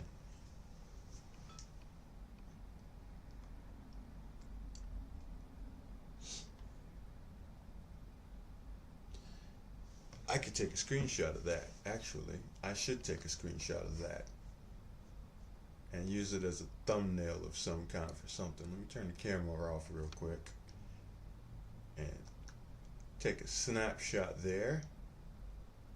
I might use that as a thumbnail for the live stream, the replay. As a matter of fact, I think I will. Good idea. I'm glad I thought of it. Okay, so yeah, that's what we got done today. Simon Fireheart for 2K24 and beyond. Final form, so to speak. Next time I get on stream, I will probably work on either Primo Valiente or Timoa Mamula, both two more of my brother's creations. If I don't do one, I'll do the other, because I'll probably have at least one of them done by the time I get on stream again, because my work schedule has changed. So I'm working from Sunday through Thursday. So Thursday night will probably be the next time that I get on. we'll see. I will keep people updated on my other socials and just go from there, pretty much. So, once again, thanks again for everyone who has stuck around and hung out for the last 4.5 hours. And we will do it again. On that happy note, I will bid you good night, good luck, and whatever. I couldn't think of anything else clever to say. Thank you.